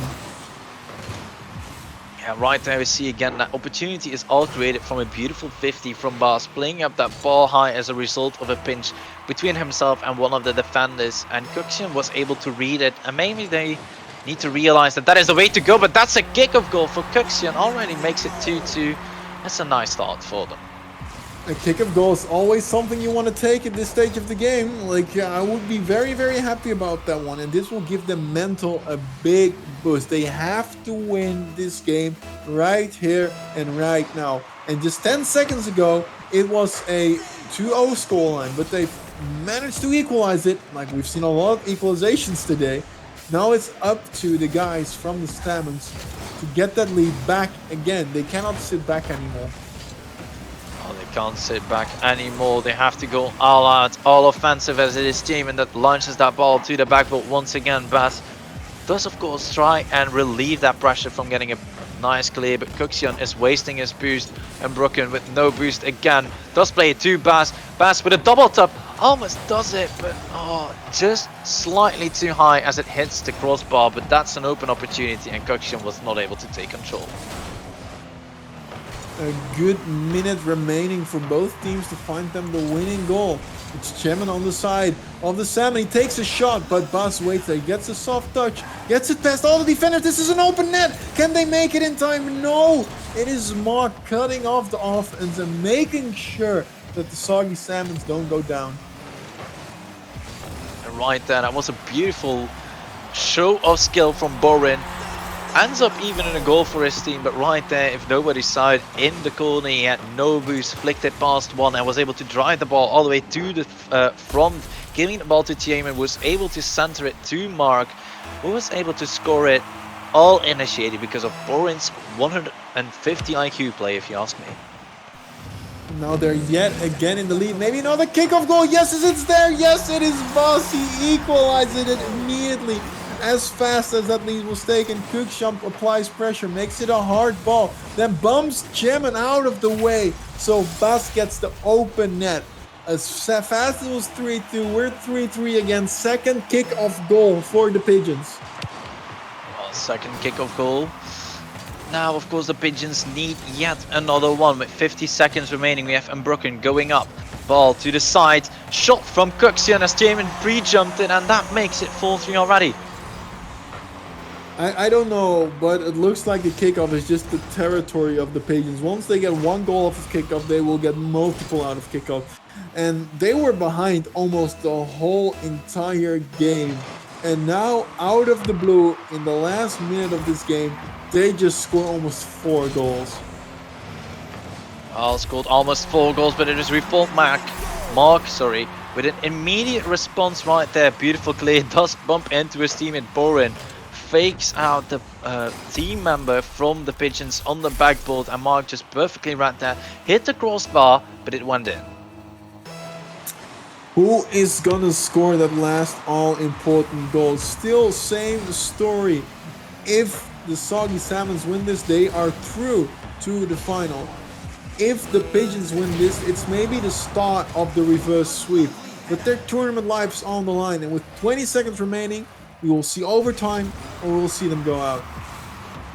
I'll see overtime, see them go out. And it is Mark that does get bumped, still in control of the ball. Borin now trying to find that demo on offense. Very offensive play, but if it works, then it is also effective as Tiemann now gets a beautiful touch. Borin saves his team's life, and we are going into OT 4-4, another kickoff. And it might be very important right there at this point. Here's an opportunity, Unbroken. Can he get the shot? No, he doesn't hit it. But there's Kukshan waiting. Also doesn't get it. This could be a good opportunity. Borin is close to the ball. Boost spawn for Bas. He gets bumped, but Unbroken is waiting there. Can they get it out? No, it's Mac with the shot. Kukshan in time. Now, can Borin get to it? No, Bas cuts him off. It looks like it's going to be a real close one, because it's both teams trying to find that one opportunity. On both teams trying to find an opportunity. We had Borin showing quite a bit of mechanical strength as it now Tiemann picking up that ball to the side. Borin high up in the air. Mark almost getting it, yet another touch, almost getting that ball in, and it would be perfect. But right there, it is Unbroken going to the side. Bas with an opportunity. Borin does play that ball to the side, and it gives them yet another chance. But there is Unbroken. Oh, the defense holding strong from the Soggy Salmons as they are trying their hardest. Borin gets it past one to the center, almost following it up himself as Mark does get a touch. There is Tiemann, but Bas, the last defender, is able to clear it out. Just as good as the defense was on the side from the Salmons, the defense on the side of the Pigeons is also holding strong. Who is gonna break first? Who will make that maybe tiny mistake that leads towards the net? Will it be the Salmons? Will it be the Pigeons? I don't know yet, but it's been a tremendous game. Yeah, this last game so far has been phenomenal in terms of like difference between the first two games. The first two games was definitely the Salmons stomping on the Pigeons, and now it is the Pigeons actually finding a way to play against that very controlled state from the Soggy Salmons. And right there we have another opportunity, ball going to the side, to the middle, and back to the side as Kuxian does get a good 50. Now it is 1-on-1. Borin with no boost. Full Mark takes over. Ball going high once again from Bas, and this might be an awkward opportunity for the Pigeons as the ball gets cleared away over and over again. I don't know how this is still alive this overtime. Maybe it's hidden gem and one-on-one. Oh. Does he get past the defender? No, it's mouse. Crossbar and not in. I thought that was go crossbar and down. We are still alive. Well, crossbar and down, that would have been an own goal to end this series with, and that might not be what Bas is looking for. But now we have Revolt Mark freestyling his way through. He does get the touch, and that is the end of game 3. Revolt Mark with a beautiful goal to end this with. What an ending. He gets the pass there on the wall by Kuxian, and then he touches it in. Oh, wow, that was so close. We will get an interview quite shortly with one of the players from the Salmon. Need to send out a quick message. And we will get one of them in here to talk a little bit about how this series felt, because that overtime, those saves and those shots, that was a nail biter. I don't know how many times my heart skipped a beat in that overtime. So many magnificent saves on the goal line, and both teams could have taken that game. We could have gone to game number 4, but it were the Salmons who did take this with a clean 3-0, and that's all they've been doing this tournament, sweeping everywhere. And now they swept themselves towards the finals. Well, let's see if they can still do it in the finals. I see that Mark has joined a chat with one of our admins, so I guess that Mark will join in here with me very shortly, and we will have a little chit chat with him.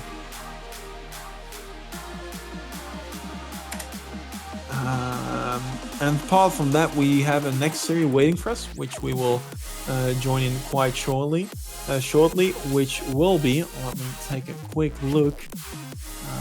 The other semi-final, of course, is the Magnificent Men against the Reckless Rocketeers.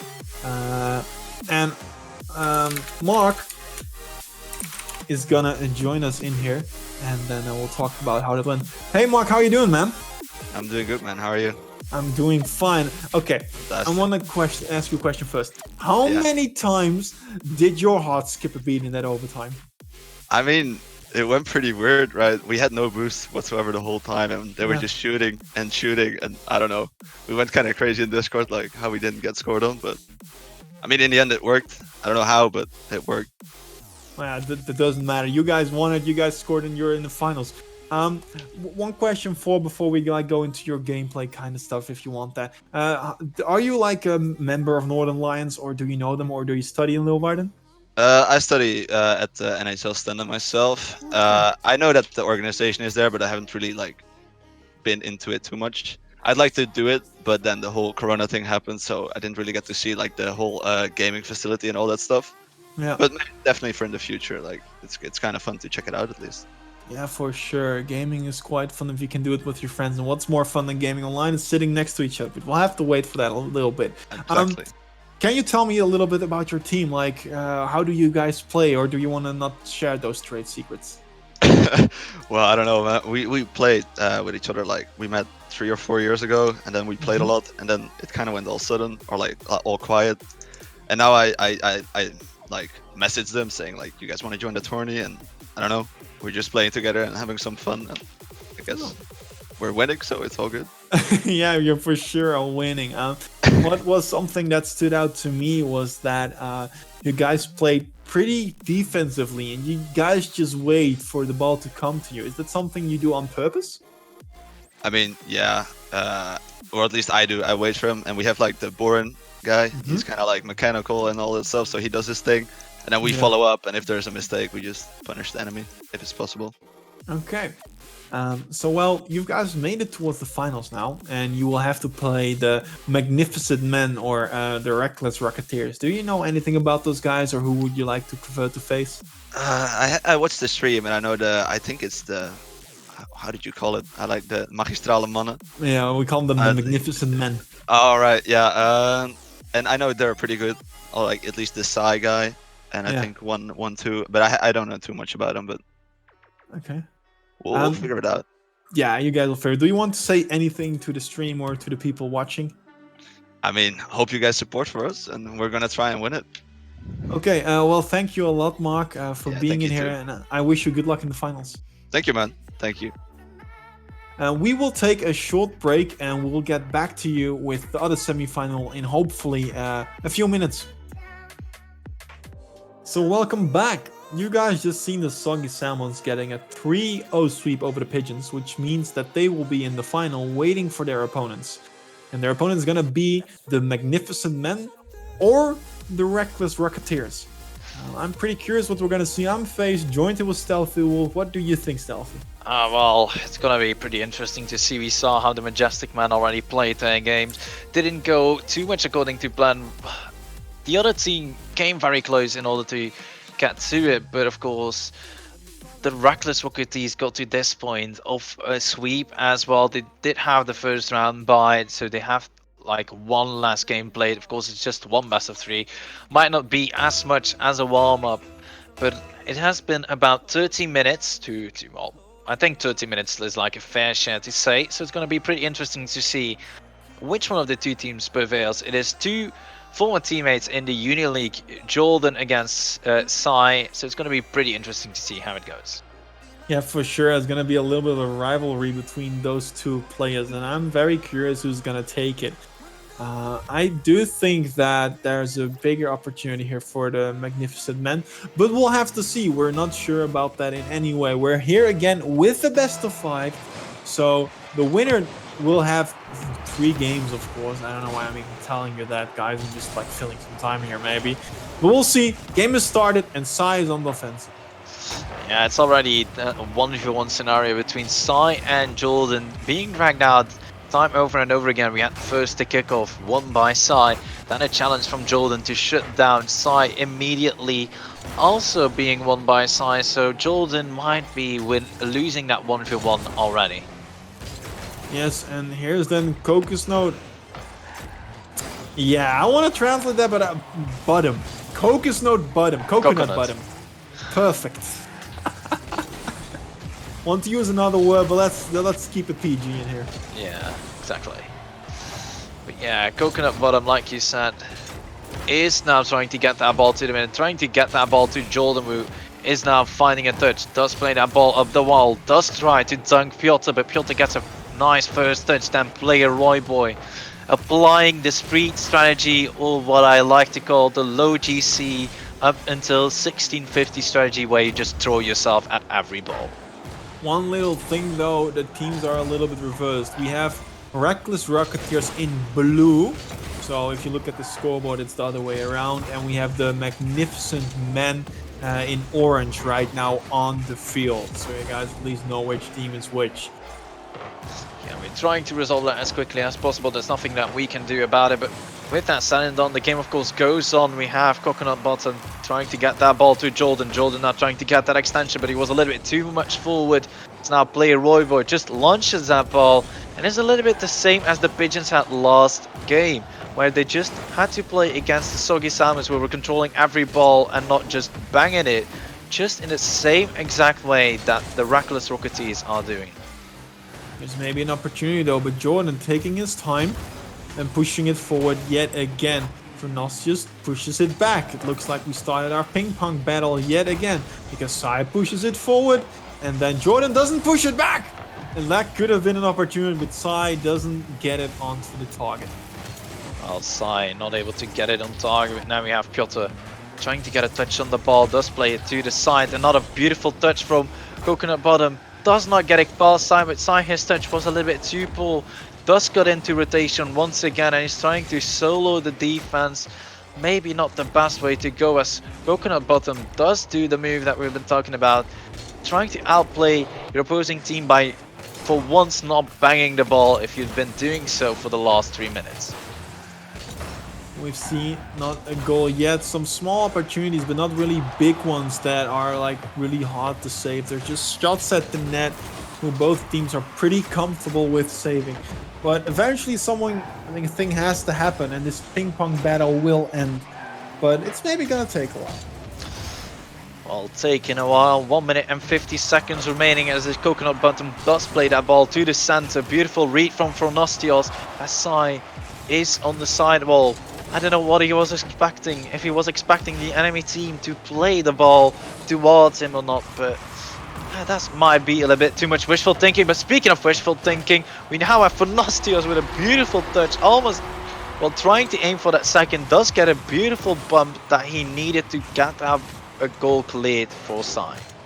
And then Sai taking the 1-0 lead here for the Magnificent Men.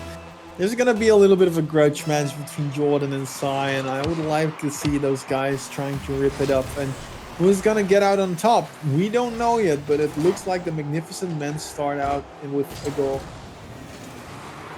Well, starting with a magnificent goal, the Magnificent Men are now in the lead as a Reckless Rocketeers leave that goal open once again. Funostios with a shot goes sky high to the crossbar and up once again. Asai now gets one very good control touch, has no boost to follow it up, did get a very offensive extension play by getting that boost grab, as we now have Coconut Butter trying to apply that pressure, but Sai was still lurking in the front, expecting a pass from his teammate, but sadly that didn't go as planned.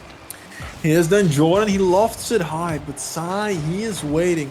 Ball is not out yet. There's the hard clip from Nostis, it's towards the net. But player Roy Boy gets there in time. Both teams trying to get those long shots, just push it towards the net. Eventually it will maybe go in. But on the side of the Magnificent Men, they can just calm down. They don't have to score right now. Well, no need to score, but they, of course, want that game equalized. Or that's at least what the Reckless Rocketeers want to do.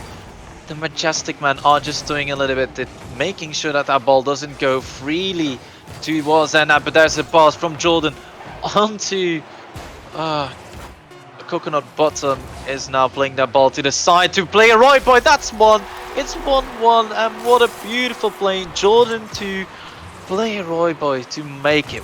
Oh, such a beautiful passing play. Great passing play. But on the side, they concede a goal 2 seconds before regulation time. That must be a real kick in the face. They will maybe not even recover from that. That's like a mental stomp. And if you get the overtime like that, you just feel like you can't lose this anymore. You feel like you can't lose this anymore. We are now in OT. That's an opportunity for Nostios. Just makes it an easy 2-1. All that was necessary was one good kickoff, too much space on the ball, and that was it all. Yeah, like I said, you can't lose it anymore. Well, apparently you can, because we're 8 seconds later and they've lost it. So the first game goes for the Magnificent Men. They were quite dominant in this game, I would say. But there are opportunities for the Reckless Rocketeer. It's just they have to keep this up. They have a little bit better pressure, even though the Reckless Rocketeer play a little bit more defensively. Try to make use of that, and then slowly try to get a goal in there. They've gotten one in, which was in the first place enough, but then conceding that last goal with 2 seconds on the clock, I thought it would be like, okay, if you get overtime like that, you deserve to win the overtime. But apparently Funosti is like, no. We deserved it. Well, we deserved it. We served it well. We did it fair and square, and that's the first win for the Magnificent Man. Reckless will have to, of course, clean it up in this next game, or it might be Magnificent Man already making it 2-1. We'll see in game 2. And it's still a best of 5, so this is still, in my opinion, the most important game of this series. If you lose this as Reckless Rocketeers, you're on tournament point, and you don't want to be on tournament point, because if you lose the next one, you are out, as I've said many times. So they have to do something about it. They have to win this game. Do they want to have a good chance of coming back? Well, good chance to come back the first 10 seconds, and it is the Reckless Rocketeer in control. Already player Roy Boy trying to get that ball played into the backboard from the Magnificent Man, as we have now for Nostios launching that ball high. Player Roy Boy, last man back, will have to read this from Piotr. Piotr does get a touch. Coconut Bottom 50ing side perfectly, as for Nostios just has all the space in the world to try and get that ball forward once again, and that's what happened. Still both teams looking for that first important goal to set the tone yet again in this game. Roy Boy didn't have boost. Oh wait, you're pretty lucky that that won't spawn. He's gonna be pretty happy about that. But Coke is not. Coconut Bottom doesn't read it. It looks like both teams. I don't know what's happening, but it feels a little bit awkward for both sides. Well, awkward for both sides. They will now have to clear it up. As we now have Nostias high up in the air, almost trying to get that goal in. Does play it to the side himself, just trying to make sure that that ball doesn't go freely. Side almost dunking that one in, as Coconut Bottom was the one to, well, get that ball out once again, but almost ran by Sai. Now an open opportunity. Piotr, of course, not letting that one slide, and it is 1-0 for the Magnificent Man. Why is it open? Defense, hello, ring, ring. Can I find you somewhere? Can I get you on the line? You need to be there. You need to clear the ball. You cannot make that mistake. And Piotr is there to immediately capitalize upon it. And that's, again, the 1-0 lead for the Magnificent Man. If it continues like this, well, it looks like Sai will take this rivalry between him and Jordan. Well, we'll have to take this rivalry for certain, for granted, and they're not going to let it slide because it's only a 1-goal game in that first game. We're now looking at 1-goal difference as well, with Nostias almost making it 2-goal difference. But now Jordan, the man in question, leaves the ball to his opposing one in this grudge match, to Sai, who just bangs the ball to the back of the crossbar. Maybe he knew that Sai was not able to follow it up himself. Maybe Jordan was getting a little bit too cocky. Or maybe he was like, I'm not even able to follow up that ball myself, so we're just gonna leave it. Oh, it's Sai again. There's a lot of demos on the side of the Magnificent Men. They are looking for those demos, trying to get their opponents out of the play. Here they just wait patiently for Nostias. He gets it forward. Now Roy Boy, can he get it out? Sai is waiting right there, gets it off of him. And yet again, the ball will bounce on the sideboard. Jordan doesn't get it out very far. Piotr with a shot, but Coconut Bottom. He gets it out again, but the pressure is immense on the side of the Magnificent Men. Well, pressure is immense. The Reckless Rocketeers will have to score in order to tie this one up. Nostias is taking the control into his own hands. Did get a beautiful flick up to try and stay in control of that ball, and that's what he did nicely. And that's something that we have to commend him for throughout the entire series. He's always being that one person on the team from the Magnificent Man that plays a little bit calmer than the other two, doesn't rush his touches, and that's what gives him sometimes that winning edge in 50s. 1 minute 40 on the clock. We have ourselves in a pretty similar situation as the last game, where the Magnificent Men got their 1-0 lead and they sat on it. And they're still sitting on it in this game as well. But last game, the Reckless Rocketeers managed to score a goal in the last seconds. But will they be able to do that again? I have my question marks about that one. Well, you have your doubts, and there is a ball going forwards already. Piotr landed poorly in defense, so that might have been it if that ball was on target. But now Sai with a beautiful clear down to Piotr, does try and extend it. Coconut Bottom does try and get a touch. Sai gets the demo, but the ball goes to the side once again, and nobody is there to follow it up. That could have been 2-0, but they couldn't find the end of the net, so it's still a 1-0 lead. And it's still on the side of Reckless Rocketeers. They have to find a goal in this last minute of this game, or else they will go 2-0 down. And once you're 2-0 down, comebacks are really, really hard to find. Here's again a shot from Sai, crossbar and down. They're looking for that second goal on the side of Magnificent Men, but they cannot find it. Well, could not find it. Korsaker's face. Here it is once again. Jordan, the one in question to face off against his, well, grudge. Sai does make it 1-1. It's equalized once again. So here we go again. And yet again, it's 1-1 with 20 seconds on the clock. Just like the previous game, there's just an extra 0 on the screen behind the 2.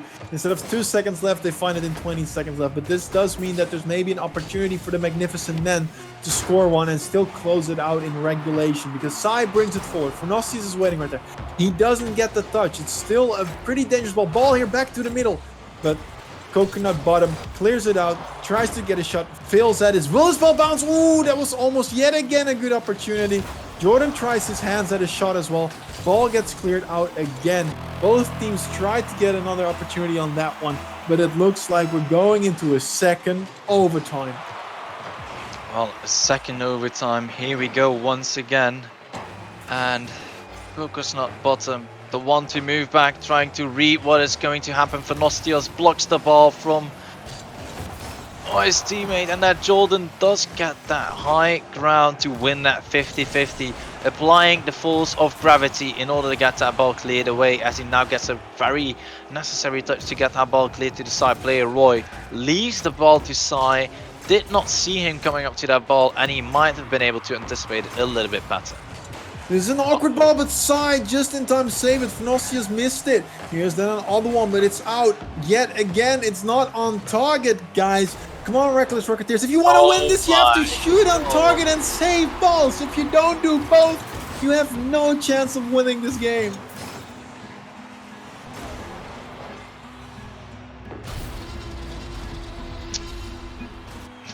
It's so painful. That's all I can really say about it. Is it oh so painful to see it go this way? Oof. Yeah, that they've got such big opportunities on the side of Reckless Rocketeers. There were such good chances over there to score, but they hit the side wall like 2 times when it could have been a really open net shot. And then when they get countered, they don't even touch it and let it just slip in because they couldn't reach it. That is such a disappointment from the Reckless Rocketeers. Yes, I know I'm bashing a little bit against them, but I hope you guys understand that should have ended in another fashion than it did. And now the Magnificent Men twice take the overtime, which means that they're now on tournament point to go also into the finals. So let's just say series point, which could have gone the other way as well. Well, it could have gone the other way. Games have been very close. Only 1-goal game so far. And yeah, here we are, game 3. The momentum decided. Will the Reckless Rocketeers able to strike back? Or will it be the Majestic Man that do end up winning this with a 1-goal fashion over and over again? That's something that we will find out in this game 3, as we already have Jordan lobbing that ball to the middle. Nobody in defense right there, as player Royboy will have to jump from an awkward position. And that is that early pressure already applied for the Majestic Man. They don't have to score, if just they can make that defense feel very uncomfortable, make it feel like they're breaking apart every time over again, then they're already winning mentally. Here's Sai with a double tap towards the net. Oh even my! with a dunk on it, but it is yet again that faithful crossbar standing in his way. They tried to open the scoreline early this game. Sai is just going and going and going. He doesn't leave this ball alone. Here again, will he go for it? No. This time he lets his teammates do something. Well, finally letting something to his teammate, and Sai is now on the backboard. Does get a good first touch. Jordan plays it down to the middle. Almost getting that ball lobbed in just at that last goal did in OT. Now Jordan versus Sai. Good 50 for Jordan. Goes into the side. In the side corner right there, as Nosius did see the space, is now taking control, leaves it to Jordan, and that is the communication, that is the follow-up they need from each other, and they're doing it splendidly. But Jordan is once again just lobbing that ball away, giving that ball to Nosius. And I feel if they were able to take a little bit more control of the ball from time to time, FaZe, they would have been a way better match. They might have even won most of the games against the Majestic Man at this point. They might have, but what I also see right now is that the Majestics, man, they go for a lot more physical plays. Even on their own teammates, they try to be a little bit more physical, but they're looking for the demos. Ooh! Coconut Bottom almost passed it to Piotr, but Piotr could barely not reach it. We might have had the same scoreline that we have every game, where it's just the Magnificent Man taking the 1-0 lead. Oh, the Magnificent Man taking a 1-0 lead, but that is an awful. What? Oh my days.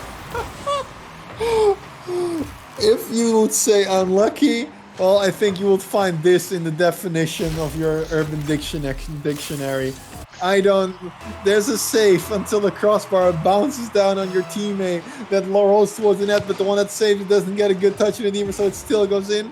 But hey, this time it are the Reckless Rocketeers who take the lead, and they do not care how they took it. See, at this point, I'm wondering, when are we going to see the replays? Because that replay might be just the highlight of the entire tournament.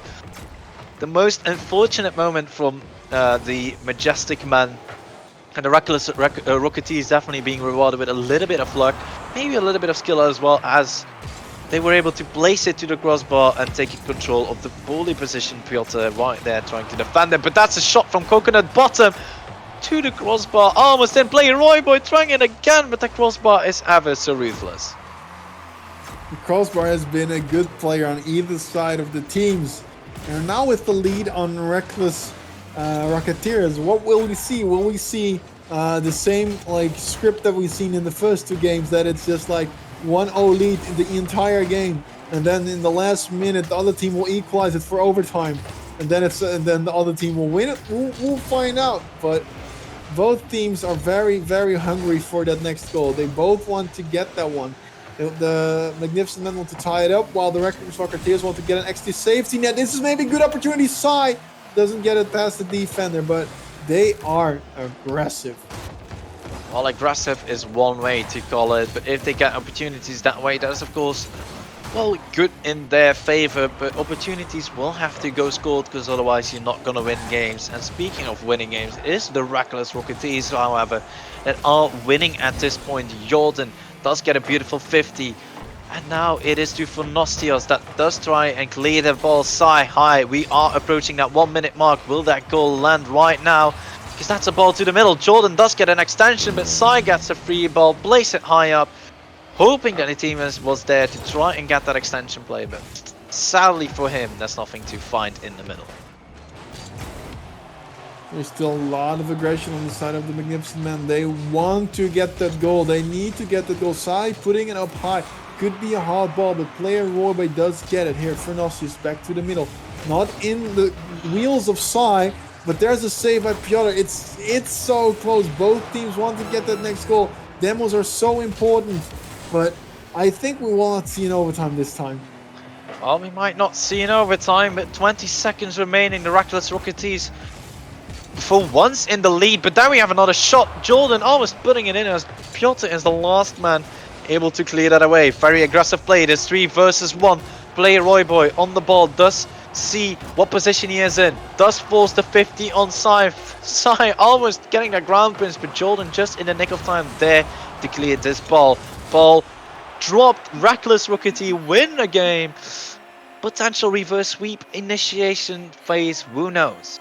I'm not sure about that one. It's still, every game is so close. It's been always a 1-goal game, and this time we didn't go in overtime. I'm curious what's just gonna happen. It's just 1-goal games almost, like it's 1-1 overtime, 2-1 or a 1-0. I think this game, even the only goal that was scored, it was a good shot there. Yeah, it was a good shot, but the way it went in, I can't speak for that one. Well, we're not gonna talk about that. That was the highlight of this series, together with the saddest moment of the tournament. But hey, sometimes you gotta use it for wins, so hey. Yeah, I hope that this chat is not on stream. If it is, I'll see towards the consequences myself. But well, yeah, good thing we have Paul on the broadcast, because he knows what to do. Well, he switches to the pictures in between the games from time to time. I mean, it's okay. No real need talking about the stats, you know. Then I'm fine. Then my career is not ruined in this one single moment. But yeah, these both teams still hungry for the win, but we've only seen low scoring games, so that means that every single opportunity is valuable. They want to create the most out of it, and here's maybe the first goal. No, Coconut Bottom. He got it in time, and I just got a message from Paul, our broadcaster. I got you, so my career is saved. Yes. Well, maybe your career, maybe it's better to say our career, but at this point, Oh, player Royboy almost establishing a career-making moment for himself with the Rocketeers. Reckless Rocketeers, the Rocket Rocketeers, that's... This is messy, but I don't know what Jordan is doing, but he gets away with it. I don't know how, but he can count his lucky fingers on that one. I mean, I kind of said to Jordan this afternoon that sometimes taking control of the ball and just slow playing it is sometimes the best way to go. And maybe he took it a little bit too serious, because right there, that was a very awkward and iffy situation. There's another demo, this time here. Piotr to the middle, but nobody waiting. Jordan gets bumped by his own teammate. The series is getting just out of hand very, very quickly. Whiffs all around, bumps on teammates, slow plays, whiffs, you name it, we have it. Well, where is the comedy part, Face? We need that team comedy. Here again, maybe an opportunity. Royboy gets in the middle. He gets the shot, and that's some quality speedy boy play with the 1-0 lead.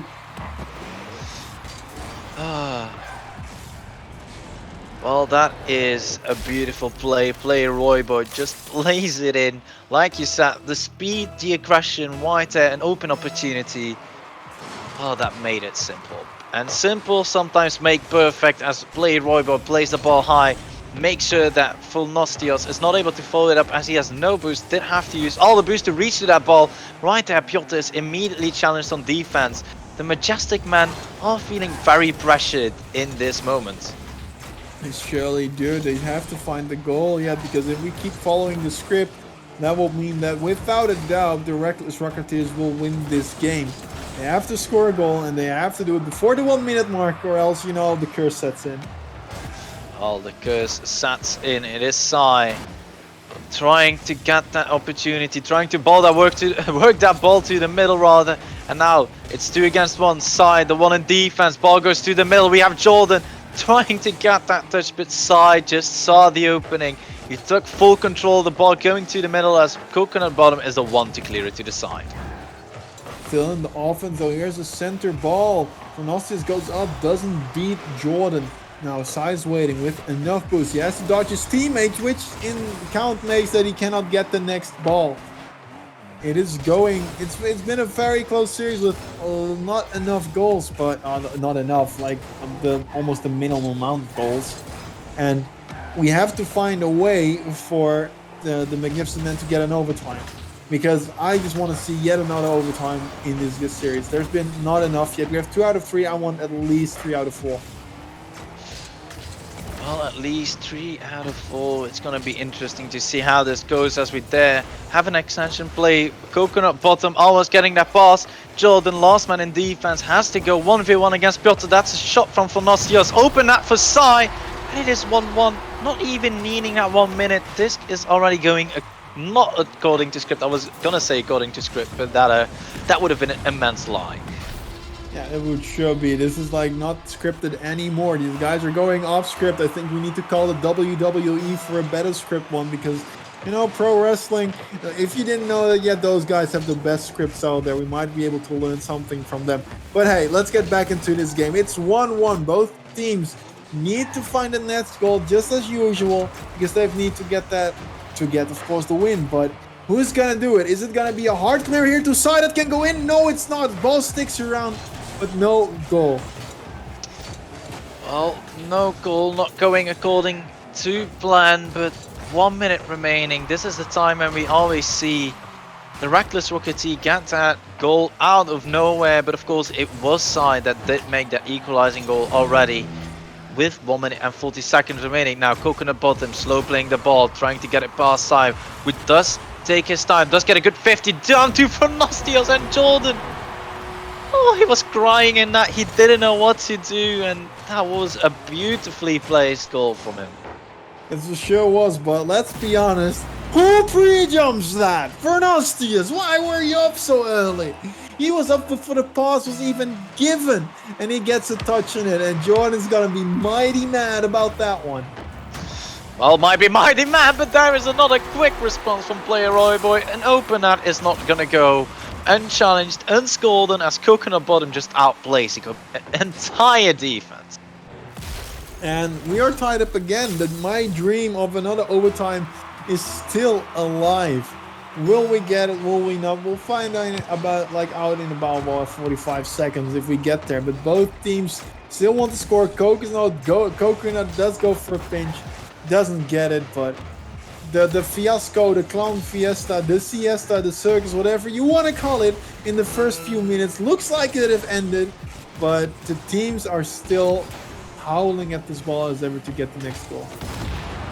See, sometimes I don't know why people keep reversing into a ball, but Yannick is somehow working for the Reckless Rocketeer. So I'm not gonna say anything about it, but like you said, 10 seconds remaining until we find out if it's going to OT. But right there, that's another opportunity for the Reckless Rocketeer side, getting bumped in defense. Oh no, that's an opener. Oh, ball drops. OT. Oh, that could have been it. That would have been it if that was a goal. That would have been the end. That would have been a 3-1, but the bounce, no.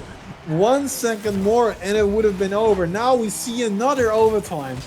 Who's gonna take it? Will we go to that all-deciding game 5? Or will this ball, it's very dangerous, got scored? No, Jordan is there to put it out. Well, Jordan might put it out, but it's Piotr that immediately challenges it. Does not give any space to the defense for the Reckless Rocketeers. As we get a very weird touch from Coconut Bottom, of course, gives them a little bit of time. Sai now with a shot down to the middle. Double commit from Roy Boy and Jordan. As for Nostius, as that last man back is just hanging back to try and get a pass into Sai, who was sadly called off. But there we have an opportunity. Piotr hits the crossbar. Jordan does get a 50, but that's an opener for Nostius. Is able to put it in. There it is eventually. The rivalry is over. It is Sai. He will take it and move on to the final. Nostius closing it out there by putting it in the right corner. What both his teammates could not do. Piotr couldn't score the 0-second. Sai couldn't score that last one. And therefore Nostius is to, well, save the day. And that means that we have both our finalists here. We have the Soggy Salmon. We have the Magnificent Man. We will take a short break. When we get back, we'll have an interview with one of the players of the Magnificent Men. And then we will show you guys the final of tonight. We'll be right back. And welcome back. There was a little short break that we had, and we saw that the Magnificent Men beat the Reckless Rocketeers. And of course, we have a small interview. So here we have with ourselves Nostius. Hey, what's up? And looking back at that series, we said it was a little bit of a grudge match between Sai and Jordan. Of course, did you participate in that feeling? Oh yeah, definitely. We kept just talking to each other. Don't get Jordan the ball, please. And yeah, it was quite difficult because we won the first 2 games, but afterwards, the third game, I don't know what it was, but Jordan just sent out his team to just demolish us every time. So it was a bit difficult to handle with that situation. Yeah, demos can be really annoying. Why did you guys didn't want to give the ball to Jordan? Well, first of all, because he's as annoying, just in real life as in Rocket League. Yeah. Yeah, he frightens us. He's quite unpredictable. Yeah. So yeah, that's basically the reason. Okay. Was there anything particular in that series which was something that stuck by you? Yeah, definitely. The amount of shots we had, ridiculous. We need to work on our finishing for sure. Yeah, the will come with time. You'll just keep shooting at the goal, and for sometimes we'll get. You guys got away pretty well as well when what was it? I think it was game 2 where they had like 2 or 3 shots that didn't went on target, and then you get a clear, and Jordan just didn't get the save. Yeah, we were imagining what Jordan was thinking at the time, which made us feel really happy inside after we survived the cannonballs towards our goal. Yeah. What did you guys think Jordan thought when you hit that pre-jump of Sai's pass? I don't think we can discuss that here. Okay. I think that's maybe not PG related. No. So, exactly. Your journey. You've made it into the finals right now, and you're playing the Soggy Salmons. What do you guys expect to get out of the finals? Lots of sogginess. Lots of well, we've seen a bit. And we're not frightened. we are used to players like this, but we expect them to have a very good technical side. So lots of dribbles and such. Okay, okay. Do you want to say anything to the people at home and they're watching before we send you into the battlefield again? Let's see. Well, we are ready. Just remember the name, the Magistrale Mannen or Magnificent Men, and yeah, just watch us pull off some amazing weird plays like I did in the first game. Okay, well, I wish you all the luck that you need, and we'll see you soon on the battlefield. Thank you very much. Thank you very much, Face. So we will now set up the next game where Fernosius and his teammates will show off against the Salmons. And well, Stealthy, welcome back. What do you think is gonna happen though between these two teams? To be honest, from the way that the Soggies played in the first series that we saw them on stream, they were very dominant in everything they did. And I even have to give it to the Pigeons. I feel like they would even stand a better chance if they were to play against the Soggy Salmons again than to say that the Magnificent Man have to do it. Of course, that's sometimes what goes in a tournament if you have random teams without any proper placements before that to secure that the seeding is optimal, that you have a little bit of a stronger and a little bit of a less strong side. But that's going to be interesting to say the least. Both teams are strong, that's to say the least, but it will be, of course, to see if at least the Magnificent Man can step it up a little bit better. Yeah, I think they have a pretty decent chance to do something with it. They just have to watch out for the defensive side of the Soggy Salmons, because I think that when they're in defense, they're most comfortable. And if they draw out every single defender of the Magnificent Men, then there might be a good opportunity for counterplay. But I'm not sure yet. Yeah, I don't know. Yeah, there's a funny joke here. Apparently, the Soggy Salmon's name in the team is E-Boys. They'll probably we're gonna fix that one so that we actually have Soggy Salmons and no E-Boys in this chat.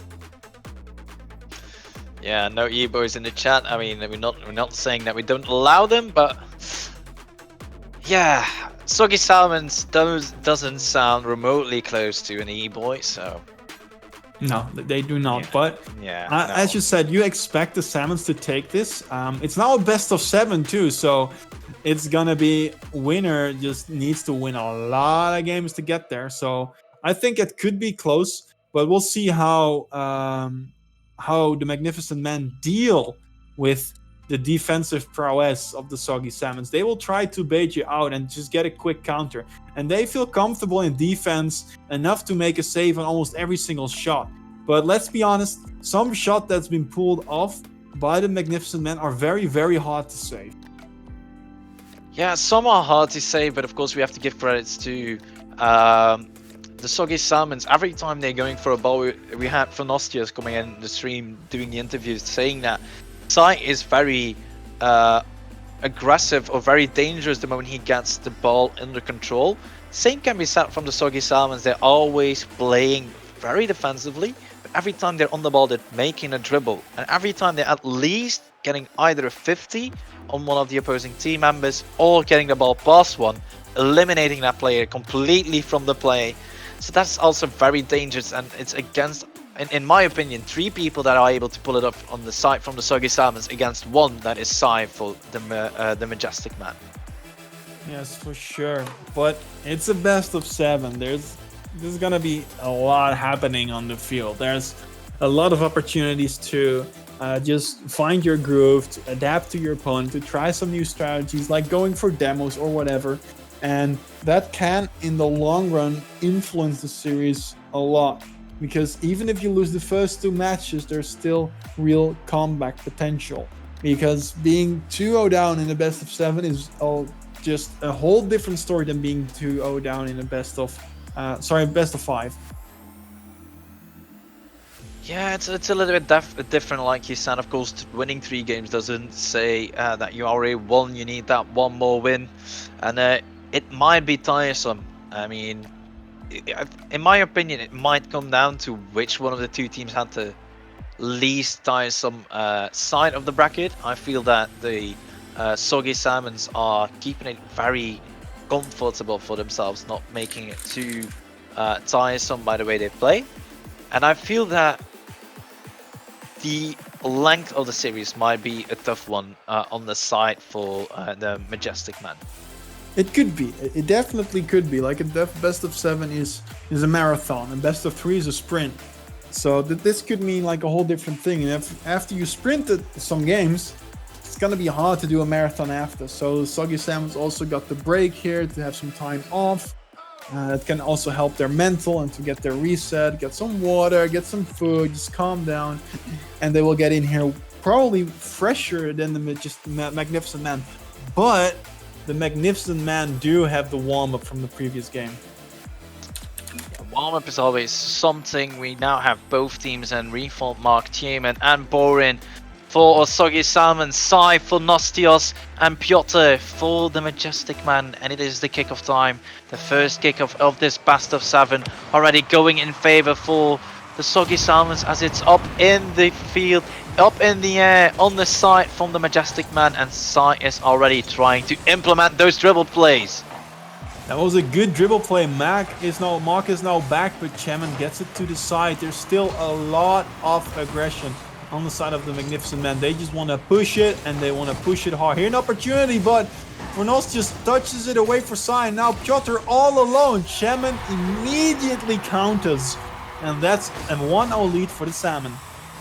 And we see it right there. Tiemann and Borin both in a position to shoot, but realizing which one of the two had a better opportunity, and that's something that we have to give them credit for. Even in the last game we streamed them, we saw barely any double commits. They're always in control, always playing it very controlled, as we now have Mark almost getting another opportunity, but Sai clears the ball high, down to Fanosius, goes to the backboard, barely rat, but Borin just playing it to the side, almost own goaling it, but no sweat face. It was all calculated from this other Belgian player. It was pretty close. Now Mac, he wants to get the 2-0 down as quickly as he can, but Sai just gets in the way of that one. Both teams are playing, well, they calmed down a little bit after like the first 30 seconds where it was all out aggression, go, go, go, go. But we still see that the counters from Soggy Salmon can be very, very effective. They're just waiting for you to come to your side, and then they move the play back to the defensive side of your opponents as quickly as they can. Well, as quickly as they can. We also have Sai eliminating one of the, well, very important roles in defense right there. The one to control the ball, clear it to the side, and initiate that counter play was eliminated by that demo. And right there we see another demo almost getting 2 in defense. And that's of course creating a lot of pressure as Sai does get that first goal for them just because of that pressure. That was a really good demo boost grab, and then turning around. Instead of rotating back, he stays upfield to check if he gets a pass, and he gets one. And he gets a really good angle on the shot. Now he takes it to a 1-1 scoreline, tying it up for his team. We've seen a lot of highlight reel plays from Sai in the past. Maybe this is not a highlight reel play, but it's still a really, really quality shot. Quality shot or not, it is Sai trying to control it again. A little bit of a weird recovery, a little bit of a weird landing. Maybe trying to pogo bounce it up in the air to throw off the defense. But that's a ball to the center to Borin with an open net to shoot it. And that's of course converted 2-1. Talking about the conversion rate from the Majestic Man. Definitely giving it to the Soggy Salmons that they have a little bit higher conversion rate. Sai need to go for that ball earlier. When it was bouncing in the corner, you need to contest that, because if it gets back and someone can take a shot, that shot is so close to the net. If you get a lot of power on it, it will most likely be a goal, even though you're standing and waiting for it. Well, standing and waiting. Last man back. Piotr has to get a save. Doesn't get a touch. It's now Mark with an awkward shot. Nobody right there in a good position as Mark just completely broke down the play from that instant and knew where to shot it. It was a good shot towards the net. Defense was awkwardly positioned, so they couldn't get a good touch on it. And they're dominating out of the get-go to Soggy Salmon. I expected the Magnificent Man to have a better start because, well, they were still running before this game started. They had their groove in the previous series, but it looks like that doesn't really matter because the Soggy Salmon, they just go sprinting out of the gates. Sprinting out of the gates, yet another opportunity. Boring, making sure that ball stays high, trying to get that to the middle. Doesn't get the touch. Leaves it for Mark, who does miss the ball. But it doesn't matter. Even every time one is missing the ball, they already have one behind him to follow up on that play. Make sure that ball doesn't go uncontested. And right there we see the recovery speed shown by Boren. That just shows that this team is fully in control in whatever they are trying to do. They're rotating quite nicely and they pick up good positions to help each other out. Their passes are connecting. It looks like the Salmons are here to win and they want to do it as quickly as possible. With a 3-1 scoreline, it looks pretty okay for them. Sai tries to go for double touch, doesn't get it. If they close out this game in this fashion, they will happily move on to the next one and see if they can maybe get a sweep. I won't say that they will, but if the Magnificent Man don't try to switch it up a little bit in offense, they need to rely on mistakes from the Salmon. And it looks like they won't have that many mistakes. Yeah, I was gonna exactly say that. We see how controlled they can play, just trying to make sure that every time they're going for the ball, they at least have one following up on it immediately, or forcing that 50 out of nowhere. And that, of course, just is a little bit of a safe play. You can almost say that it is anti-run and gun gameplay, because you're just trying to control every situation, but that also means that there is almost barely no space for a mistake and no space to make a mistake either. No, there is not, and it is Gem, and he pushes it to the side, gives it to Fernostius, but gets another 50 yet again. Now it's Boren, he pushes it upfield. Sai is waiting, pushes it to the side. A little bit of a double quit on the position, so Cheman, being as smart as he is, doesn't go for the ball because he doesn't need to. He does get demo, leaves an empty net behind, but just in time, Reformed Mark is there to make the save. And right there, the beautiful patience rather displayed by Boren just to result in another goal. Defense sleeping on that side, just leaving Boren untouched in such a dangerous position. And he stops and he backflips and gets a really good shot with that backflip. Normally you don't see a lot of people getting that amount of power on it. And well, with the 4-1 scoreline, looks like this game has been played. And we'll have to look until the second game of this series. And the Magnificent Man, as strong as they looked in all the other series that they played, it looks like they will have a really hard time against the Salmons. Well, a really hard time. Tiemann is playing the ball to the side once again. They don't want a goal against them right there. They want to keep a hold of that momentum. For Nostios, almost with an insane play. Tiemann keeps that ball high. Boren will now have to keep the ball up. Does get a touch. Does go to the middle. Nostios plays it up once again, but the ball drops down and Sai is not able to keep it up. Game and momentum go to the Soggy Salmons for game 2. They were quite dominating that game, in my opinion. There wasn't that much that they felt like they had to do to win that. The way that they're playing is that there's almost always someone behind there as a third man. And he is just waiting there like, hey guys, I'll be behind you. Whatever happens, there's always going to be someone behind us. So we're always safe. If we maybe not get a good offensive opportunity, that is fine. As long as our defense is solid, we will most likely win this series. Well, most likely win this series for Nostios. Our guy from the interview earlier will have to step up together with Piotr maybe, because Sai might have been that one person to score, but he was talking about the opportunities they got to score. 3 shots from Sai, only 1 converted. 5 shots from the Soggy Salmons, 4 converted, a conversion rate of 80% against 33%. That definitely counts up if you have barely any opportunities from the Majestic Man. That is for sure true. And why is the conversion rate so high? Well, they just go into defense, and when they are in defense, they let you come to their side.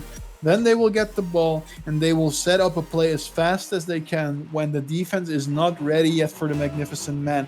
And that means that they have a really easy time scoring, because the positions are awkward for the Magnificent Man and they don't have enough boost to get the saves or plays that they want to get. Well, not enough boost to get the saves, but Sai already lobs that ball, gives away that possession.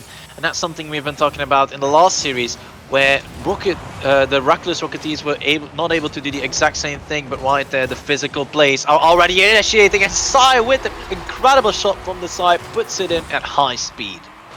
They do take the lead, I think, yet again, as they did the previous time with Sai just unleashing a very, very good shot. But that's just one. They probably need multiple against the Soggy Salmons. Well, they might need more. Borin with a flick. Oh my days! Just solo destroys the ankles of the defense and gets a goal in the process. That was a really good first touch and gets a really soft flick. It doesn't really go up, but it puts the defender on the wrong foot. It's like he's gonna try to get it to the left instead of just straight or right, which was the defender was expecting. And well, there was a 1-0 lead there created by Sai, but we're 5 seconds down the line and it's tied up yet again. Tied up yet again. A ball high in the middle. Tiamen down to Refold Mark, trying to redirect it in, but it is Phonostios with enough speed across the from the backboard that is able to clear it away. Borin trying to intercept, just showing that he's feeling very confident going for that ball, because normally they wouldn't do so. Now Tiamen keeps it in the middle. Sai with a shot. Double commit on defense once again from the Soggy Salmons, and that's definitely something that they haven't been doing that much in the last couple of series, so we have to give credit to the Majestic Man that they are applying the pressure to make this defense a little bit crumble a little bit, as they are double committing a little bit more than necessary. Yes, but can they fix that in time? It's a best of 7. There's enough time to fix mistakes, so we'll see if they can. They might not. But it's still here, this pressure out of the side of the Soggy Salmons. Then they maybe give up the ball a little bit. Like, they let you touch it. Here again, nobody's challenging it. They're just waiting like, oh, hey, thank you for the ball. There you go, Mark. Do something fun with it. And that's lovely to see. They're just like, we don't have to challenge upfield. We can just wait for them to give us the ball. And that's been working out for them for the better. Working out for the better right there. Borin fully in control. They didn't have to panic on defense again, because we saw Mark driving into them. A panic opportunity would have been that they scored an own goal, because they both panicked, wanted to hit that ball away, but they had to trust in each other to get that ball cleared. Speaking of trust, it is now Borin down to the middle once again. Tiamen now looking to turn around as he's on the wall. Does get a good first touch from Nastios, not in a position to do so, and Tiamen just sees the opportunity, follows up with speed and makes it 2-1. Even though Tiamen didn't get that, there were still like 2 people behind him and waiting. It just feels so safe on the side of Soggy Salmons. They're taking almost no risk, but they still score multiple goals. Still score multiple goals now. Phonostios in control, does get the flick, showing off that controlled play style himself. But of course, if you're trying to mimic a team's play style that they have been so used to playing time over and over again, the copycat sometimes never wins. But right there, beautiful save from Tiamen. Piotr now trying to get that ball played back to Sai. Now lobs the ball forward once again to Phonostios. Beautiful opportunity, almost going in, but Sai's attempt does get cleared, and the defense from the Soggy Salmon stays strong once again. There was a double commit. This could be dangerous, but no, they have a 50-50 on the ball from Phonostios. Now it's up to Sai. He will try to dribble it in, doesn't get it past the defender, gets bumped, doesn't get the big boost, so he cannot do that much. He just leaves it, so that means that this could be the coming out opportunity. There is Borin. He's on the ball, trying to air dribble it. He can't get it towards the net, but he did apply a lot of pressure. Speaking of applying pressure, the Soggy Salmons are not backing down. They're applying even more pressure than before. We now have Tiamen launching that ball to Sai, launching that ball to Tiamen. Tiamen now controlling it, launching it to Phonostios. He could have taken control right there, but maybe he just didn't realize it yet, because that is going a little bit against their playstyle. Maybe they are getting into that run and gun strategy as well, because of the tempo of this game so far. With a big minute on the clock, it's still in the advantage of Soggy Salmons that the clock is just ticking down. This is game number 2. Should they win it, they will be 2-0 up in this best of 7. They just have to play it out, and we've seen that their defense is really, really strong. Here yet again, decent opportunity, but it gets cleared. Then Tiamen misses it. That could be big, but Borin is still the first one to get it. Oh, first one to get it. An opportunity right here from side, down to the middle, down to Piotr, but the defense with Borin with no boost stands strong. This is the control, this is the reading potential that we've been talking about, knowing exactly where the play is going to move, exactly how the play is going to unfold, and acting accordingly as Borin now gets a shot. That is 3-1. The Soggy Salmon just applying that dominant method once again. And here they expect Mark to get a touch, but he doesn't get towards it, so Bourne finishes it. And yet again, this feels like this game should be over. They can still come a kickoff goal out of this one, and then maybe a quick follow-up, but Soggy Salmon are quite dominant. Oh, quite dominant. The ball now going forward once again. Sai plays it to the side. Borin trying to get it down to the middle. Mark not able to intercept. This is Sai fully in control. Does not get the touch that he wants. Does get the ball to the middle, but the ball goes missed once again. And clock is ticking down. This game is over now. They cannot score 2 goals anymore. So that means that the Soggy Salmon will go up in a 2-0 fashion. And it's just, yeah, it's pretty dominating because they don't take that many risks. There are a few opportunities for the Magnificent Man to score, but there's always a defender lying in wait. Even though he doesn't have enough boost, he's covering the majority of the net. So even if you take a shot, he will probably save it. Even though it's, well, they're going quite strong, and the Magnificent Man, like, they have to play a little bit less risky so they don't get countered on. Well, they don't get counter on. Soggy Salmons, like you say, looking very controlled, looking very strong, and just applying that pressure to the Majestic Man so hard. So that was a painful start, but oh well. 2 games have been gone. It's a 2-0 lead for the Salmons. Like we said earlier, this is not that big of a deal as it normally is, because they still have to win 2 games to beat them in a best of 7. And now, for the Magnificent Man to come back, can be a good thing. But it's gonna be hard for them, because we've seen that, well, they get quite dominated. But it's a best of 7. There's a lot of opportunity. Well, opportunities are, of course, there to be created, to take control of, and, well, to apply that pressure. Get those opportunities, maybe get yet another goal worked in, but so far it's not going accordingly. The server going down once again. Rocket League tournament without a server reset once or twice wouldn't be a Rocket League tournament. So here we are, even in the grand finals, needing that reset. Teams are joining back in as quickly as we can, as we'll get the action underway. The Salmons are the only ones still missing in action, but when they get here, they'll probably want to continue. Because, well, it's going pretty well for them, isn't it? Well, going pretty well might be an understatement. I feel like they haven't been pressured at all. Sometimes, of course, size shots come out of the blue. Nobody in defense is expecting it, but they're just creating those opportunities by playing so controlled and getting enough counter goals accordingly. So to say that they are feeling the pressure from the Majestic Man might be a little bit of a rough statement to make.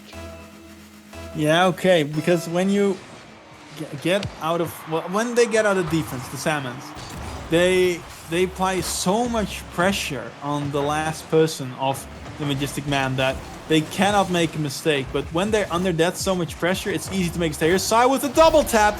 There he is, Mr. Highlight Reel. He scores again, and it's nice to get the first goal, but they haven't been able to close it out yet. So I would like to see more of this stuff, even though it's really hard to pull off.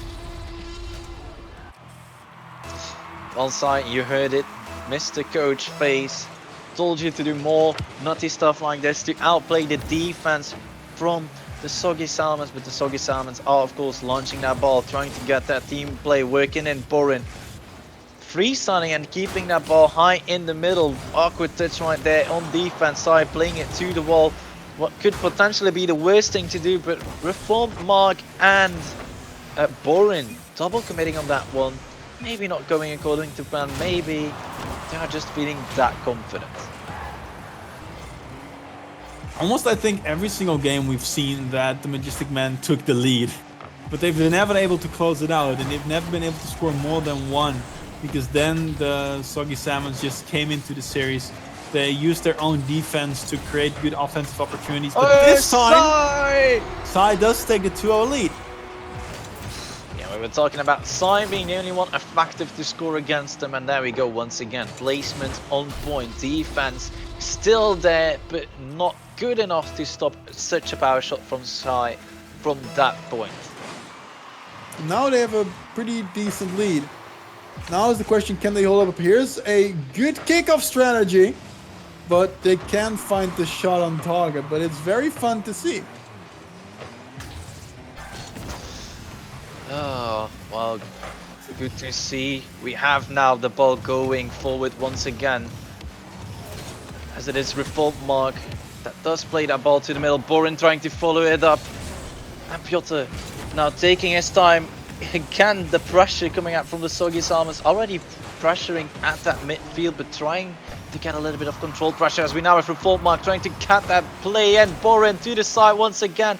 But the defense is standing strong for the Majestic Man in some way. Nobody knows, but the Soggy Salmons haven't been able to score.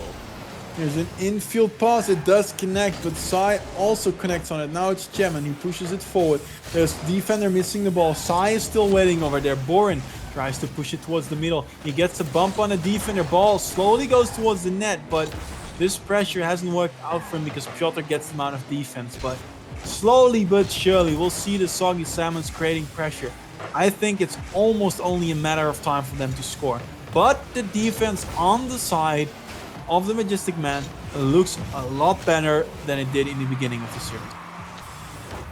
Well, it might look better than it did in the beginning of the series. 2 minutes and 30 seconds remaining. The Soggy Salmons will have to score right now to, well, initiate that comeback. But it is, of course, Borin playing the ball to the side to Piotr, will leave it full for Nostios. They are playing a little bit smarter than in the last 2 games. Maybe this might be their way to play against the Soggy Salmons, as now the pressure stays high. For Nostios might be monkeying a little bit on that pressure, making sure that the Soggy Salmons don't get an easy counter goal. So that's something nice to see. Sai here with the clear.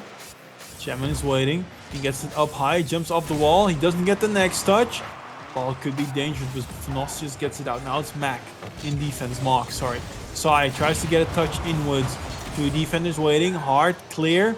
Ball will go towards the net. Nostios with the clear. Now who will set up the next attack? Mark tries to put it to Chemin, but Chemin gets beat. But he does win the 50, oddly enough. There's a little bit like going on in the midfield while they're looking for an attack, the Salmons, but they haven't found a shot yet, and this might be a lethal opportunity, but Sai puts it against the post. Yeah, the pressure is just very high from the Majestic Man. They're always going for those demo plays, those rough physical plays to make sure that everyone from the Soggy Salmons are eliminated. And speaking of elimination, we have an open net from Nostios. It is not Sai the only one able to score this time around, and the Soggy Salmons seem like they will drop a first game. They sure did. It's, well, the first 2 games we saw a lot of counterplay on the side of the Soggy Salmons, but those are not that effective anymore. Like here, they tried to do a really quick shot out of the midfield, but it's just not on net. And maybe that little break that we had because of the server maintenance kind of stuff, maybe it threw them off their foothold. Well, it might have thrown them off. It might have given the Majestic Man a little bit of a mental reset to try and re-establish how they are going to tackle this. Because of course, if you're going 2-0 down immediately in a very comfortable way for your enemy team, then you might have to think about it. What are we doing that is making it oh so comfortable for them, oh so easy to take control of this game, and how are we going to counter? But a beautiful play from Reform Mark, almost going in, but Chemin not able to put it in. Oh, that would have been a banging goal, even though they would have lost this game regardless. It for sure would have been. If you don't score those, well, you're not gonna win the game. Borin is just pulling out some stuff out of his book. Be like, hey guys, I can do this. Look at this. Looks awesome, doesn't it? Yeah, it does, but it doesn't do anything, sadly enough, in this game anymore. And the Magnificent Man take the first game in this series, and with a 2-1 scoreline, they might slowly get back into it. All might get slowly back into the Soggy Salmon. 0 goals and 6 opportunities. We were talking about an 80% conversion rate before, and this time around it is 0. Ooh, I think the sogginess from the salmons has gone a little bit up as Mark has drank a little bit too much water. He was getting himself a bottle of water to stay hydrated. But yeah, that's maybe they now need to remove a little bit of that liquid. They might have to. But if we just look at this game, there was pressure from the Majestic Man, and well, they did pretty, like, they did a lot better this game than they did the previous game. They had pressure, they created shots, Sai had good solo play. I think that the Soggy Salmons also had a little bit of an off game, but this looks promising from the Magnificent Men. If they can keep up this pressure, if they can keep up this plays and be safe in defense, they might even do the whole thing and get back into this and maybe take it. Well, might take it, might not make it. That's a question right now, but of course the Soggy Salmons have removed a little bit of liquid. Now they're less soggy, a little bit more firm, and maybe that firm texture will give them a little bit of a better defense. 3-0 loss previous game, now trying to answer back in this game 4. Of course, this is best of 7. At least 2 more games to go, even if, well, including this one, if both are won by the Soggy Salmons. Now Piotr brings it forward. Ball bounces inwards, get pushed to the side by Bowen. Double 50-50, Chemin is all alone, puts it to side towards the middle. Piotr is waiting right there. He doesn't get the shot, but that was a good opportunity for the Magnificent Men. A good opportunity now, Chemin trying to lead that offense, does hand the ball to Sai. The Soggy Salmons not playing the same way as they played in the start. We see a bump right there from Boren and Chemin. Those Soggy Salmons, we were talking about them needing to start to be firm, but a beautiful clear from Mark. Piotr not able to control it. Mark gets rewarded with that first goal. And there are those counter plays, just a good bang across the field. And Piotr is there, he's waiting, but he hasn't positioned him very well to get a good save on that one. It makes it really hard. He does get an off touch, and then 1-0 lead for the Salmons. Well, a 1-0 lead for the Salmons. This looks a little bit oddly familiar, that 1-0 lead, but this time around it's for a different team. Maybe the Soggy Salmons are not giving any chances to the Majestic Man anymore, but right there, beautiful clear from side, trying to get it to Phanostios, who's trying to get out of that very offensive position with a potential bump. But talking about bumps, we have a beautiful bump right there from Mark onto side to eliminate it from the play, but ball dug up from Boren, who is now controlling it all by himself by getting beautiful 50s and a continuation of this flow. Still on attack, Chemin puts it up high, side tries to put it away. Ball can still be dangerous. Boren gets a pretty neutral 50, I would say, but there was no follow-up. So that means that they won't get an equality opportunity. They're trying to keep up the pressure. They try to keep the ball towards the net, but if they cannot get a good shot off, or towards a teammate that can get a good shot off, well, this attack will slowly fizzle out. Well, slowly fizzle out. Chemin to the side. This is free space. This is something he needs to take control from. Ball to the middle to Boren. Boren gets bumped. Reform Mark, last man back, does start to control it, and that's an open opportunity for Nostius, but doesn't go in as Chemin is just right there in defense to make sure it gets cleared. Mark on the backboard puts it to the side. He has some boost, puts it again to the middle. Sai with the shot. That was too high, but what a save. It pinches out. It's not on target, but it looks like the Salmons are a lot more comfortable right now. Well, we were talking about ping pong play. And ping pong play, of course, means that they are trading possession right there. But we see that the Soggy Salmons are playing left, right, and center, even so close in offense. They're staying so controlled, and Boring gets rewarded with a goal. How did they not save this space? Well, they expect that Phanostios would get a good hit, so both the defenders turned away and were like, oh, this is fine. He will just boom it towards me. I'll just go to the place where, oh, that's not a boom, you tell me. Well, that's unfortunate. Well, we guess we got scored upon, and that's 2-0. Oh, well, it happens. 2-0 lead for the Soggy Salmons. Actually being a little bit more firm at the side post. Oh, Borin. Well, he wouldn't be from Belgium if he doesn't hit the side post nor the crossbar a little bit too much. That's of course my disease as well when I'm playing Rocket League. It always comes to haunt me every time over and over again, but hey, we have to move on. Borin had those opportunities. They already are 2 goals up, but that's Sai making it 2-1. Comeback might be enabled. The defenders both tried to go for a boost and it didn't really work out that much. And then Sai is just speedy and he gets it past the last defender. It's 2-1. Still lead for the Soggy Salmons, but they might be able to tie it up again, the Magnificent Man. And then this series will get closer and closer with the game. Oh, closer and closer with the game. Sai, last man back. Oh, Fonosios in an awkward position. Does get the touch he needs to bail out his team, but if he was slightly a bit later, that would have been another goal. Dangerous plays coming out here for the defense from the Majestic Man, but Sai trying to control it. Now Piotr, no boost, still on the backboard, is trying to rush back to defense. Sai puts it to the middle. Oh, a place for Nosios this way as Borin goes up the wall, gets the ball to the middle, does try and get a flip reset, almost a control play going in with Tiemann in the middle trying to follow up on that touch. Beautiful opportunities, sadly going wide.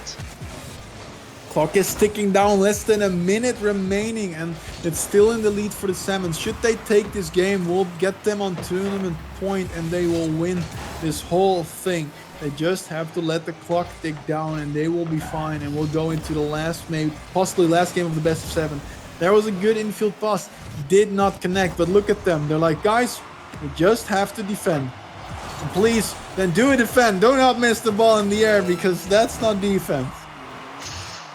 Well, not defense. Of course, you have coached me a couple of times already, Face. You've talked me through some weird moments and sometimes where you just are to back up from the ball. We see it happening here as well from the Soggy Salmons. We now get an open goal, but sometimes they just go back into defense, give themselves that time to restart their play, restart their defense, and try and score from a counter-attack, and that's how they are so clinical.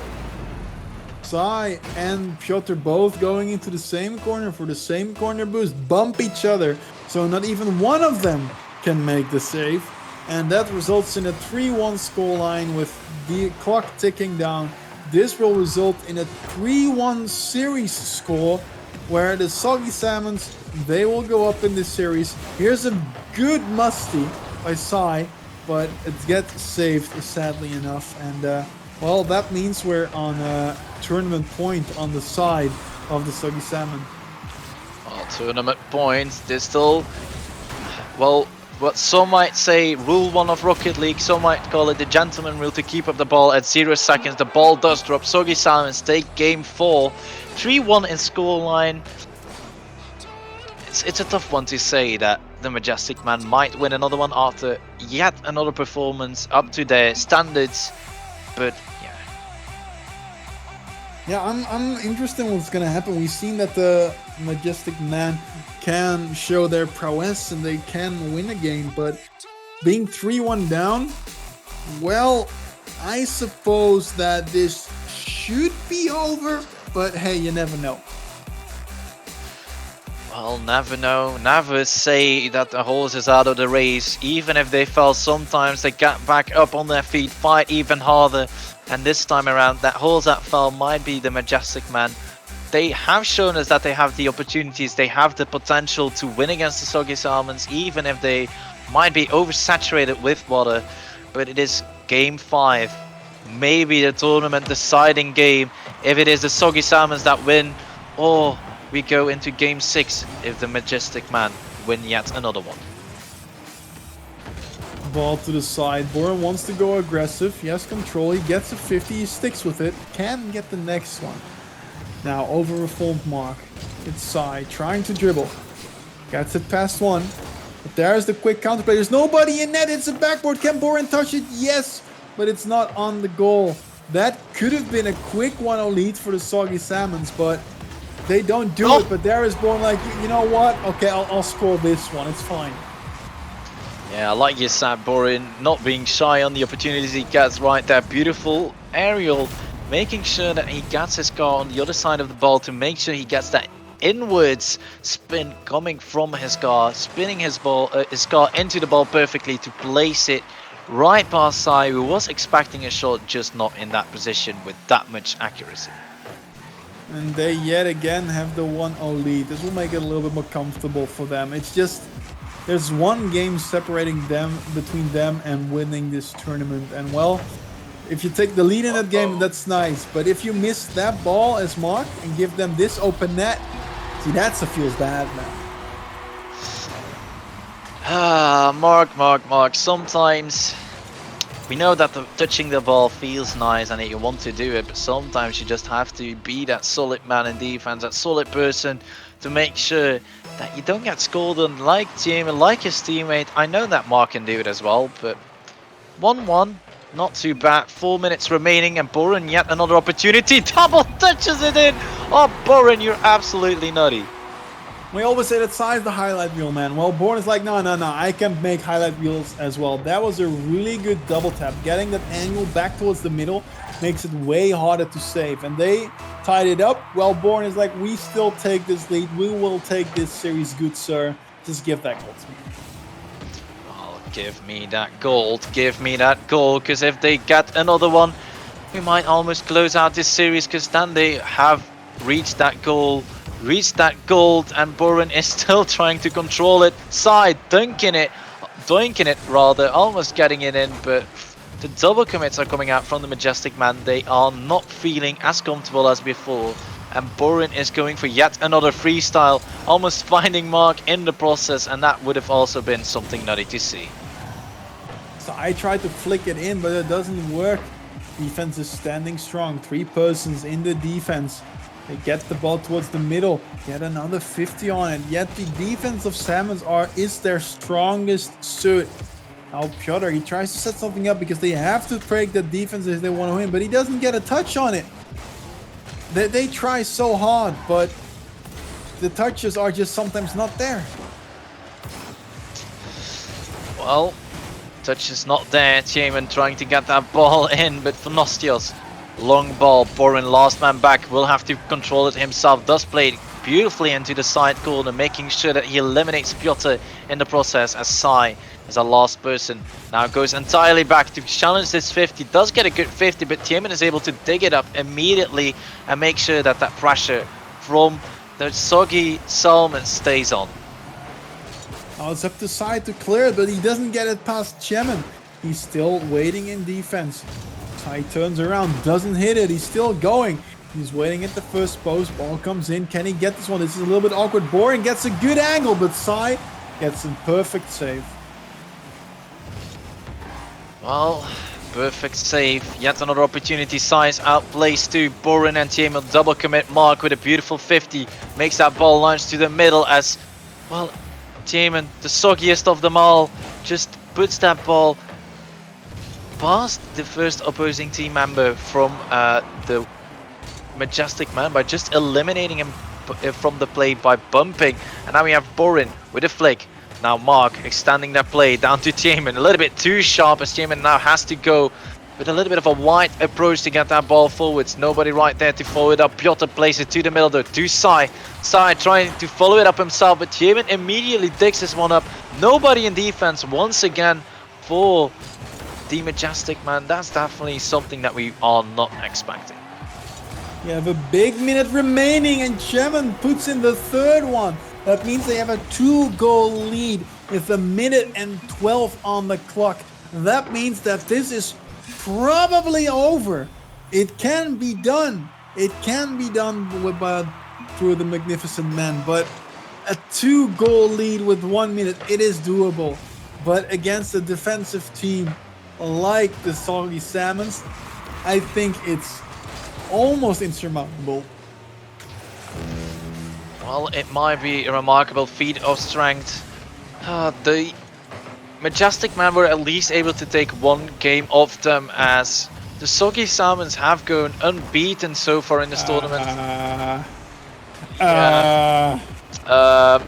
Oh no, Sai! Oh my days, what is this? Okay, they're not gonna win this. Soggy Salmons just went for an aerial with the 3 of them. Left a completely empty net. Sai misses it twice, and those guys get back in defense in time. Here again, an open net. The Chutter doesn't get it. It looks like they don't even want to win this. Well, they might not want to win this. Borin to the side. For Mark. Playing it to the middle, trying to control himself. Does get a 50 from Fornostia. Sai now trying to get a Cooksey pinch. No power behind it whatsoever.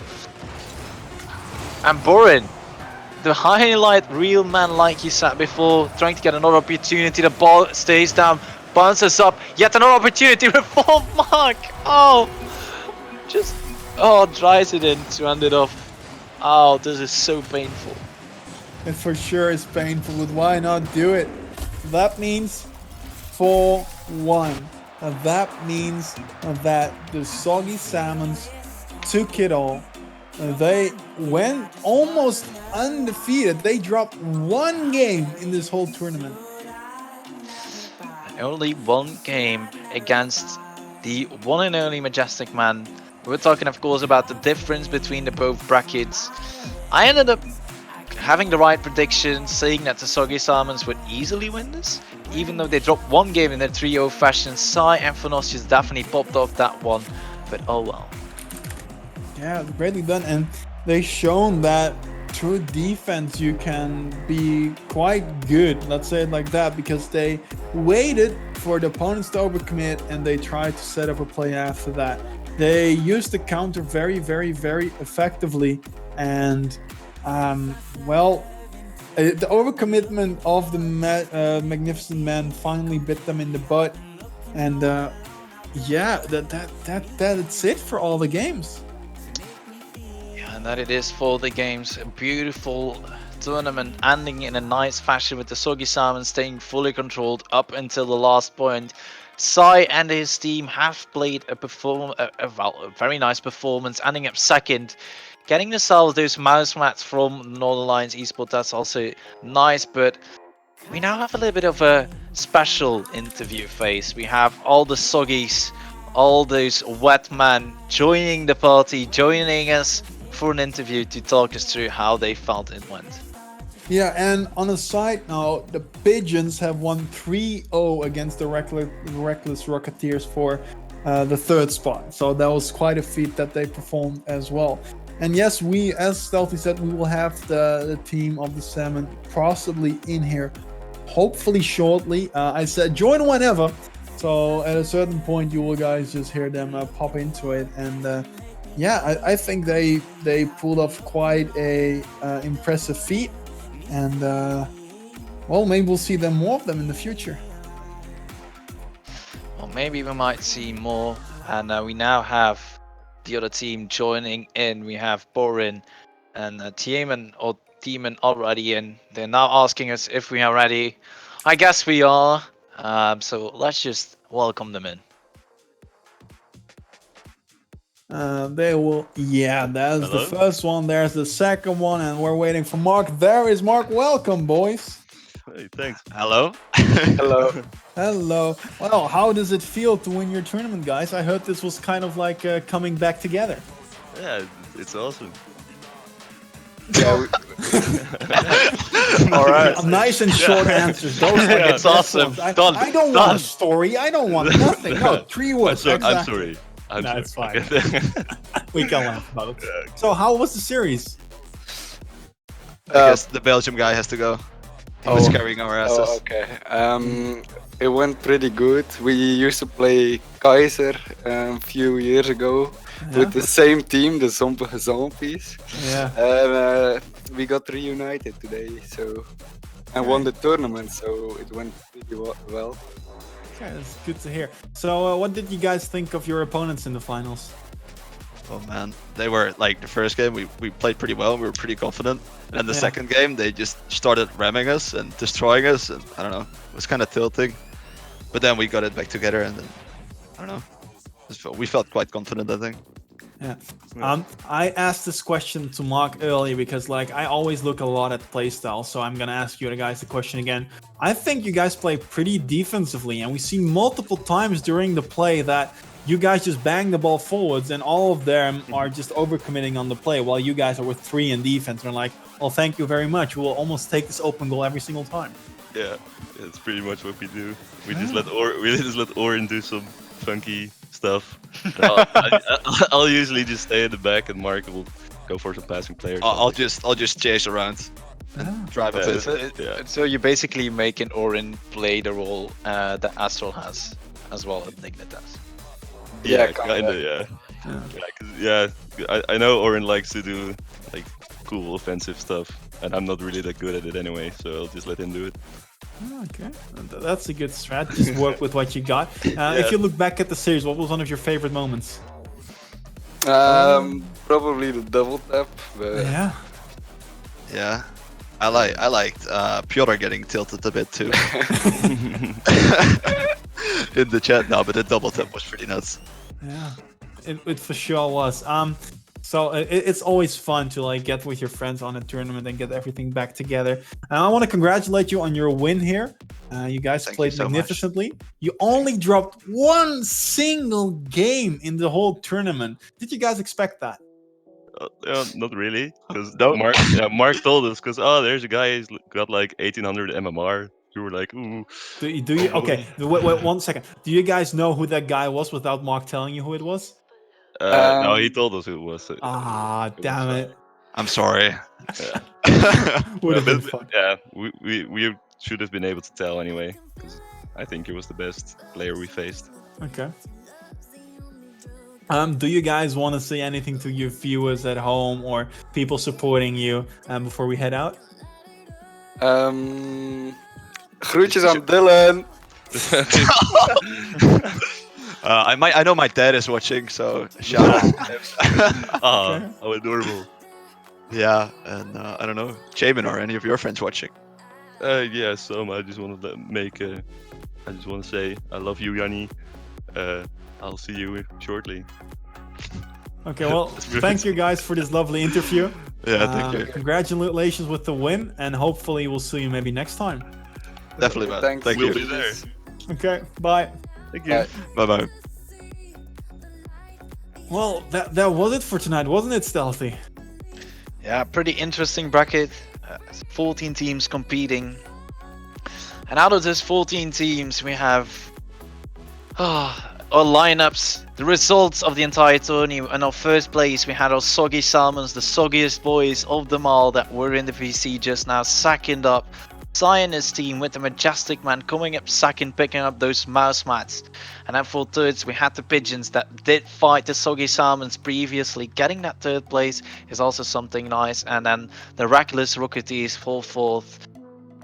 Not the performance that they wanted, but sometimes it doesn't go as planned, and everything is practice, and that's also important to practice with your team. You don't have to see results alone. Every performance that you do, even if it's a bad one, is a step forwards to win your next series. It sure was. Thank you for those words, Stealthy. It has been me, Face, together with Stealthy, bringing you the action tonight. We had a lot of fun. We hope you guys did as well. And stay safe during these times. Play online games with your friends. And hopefully we'll see you guys next time.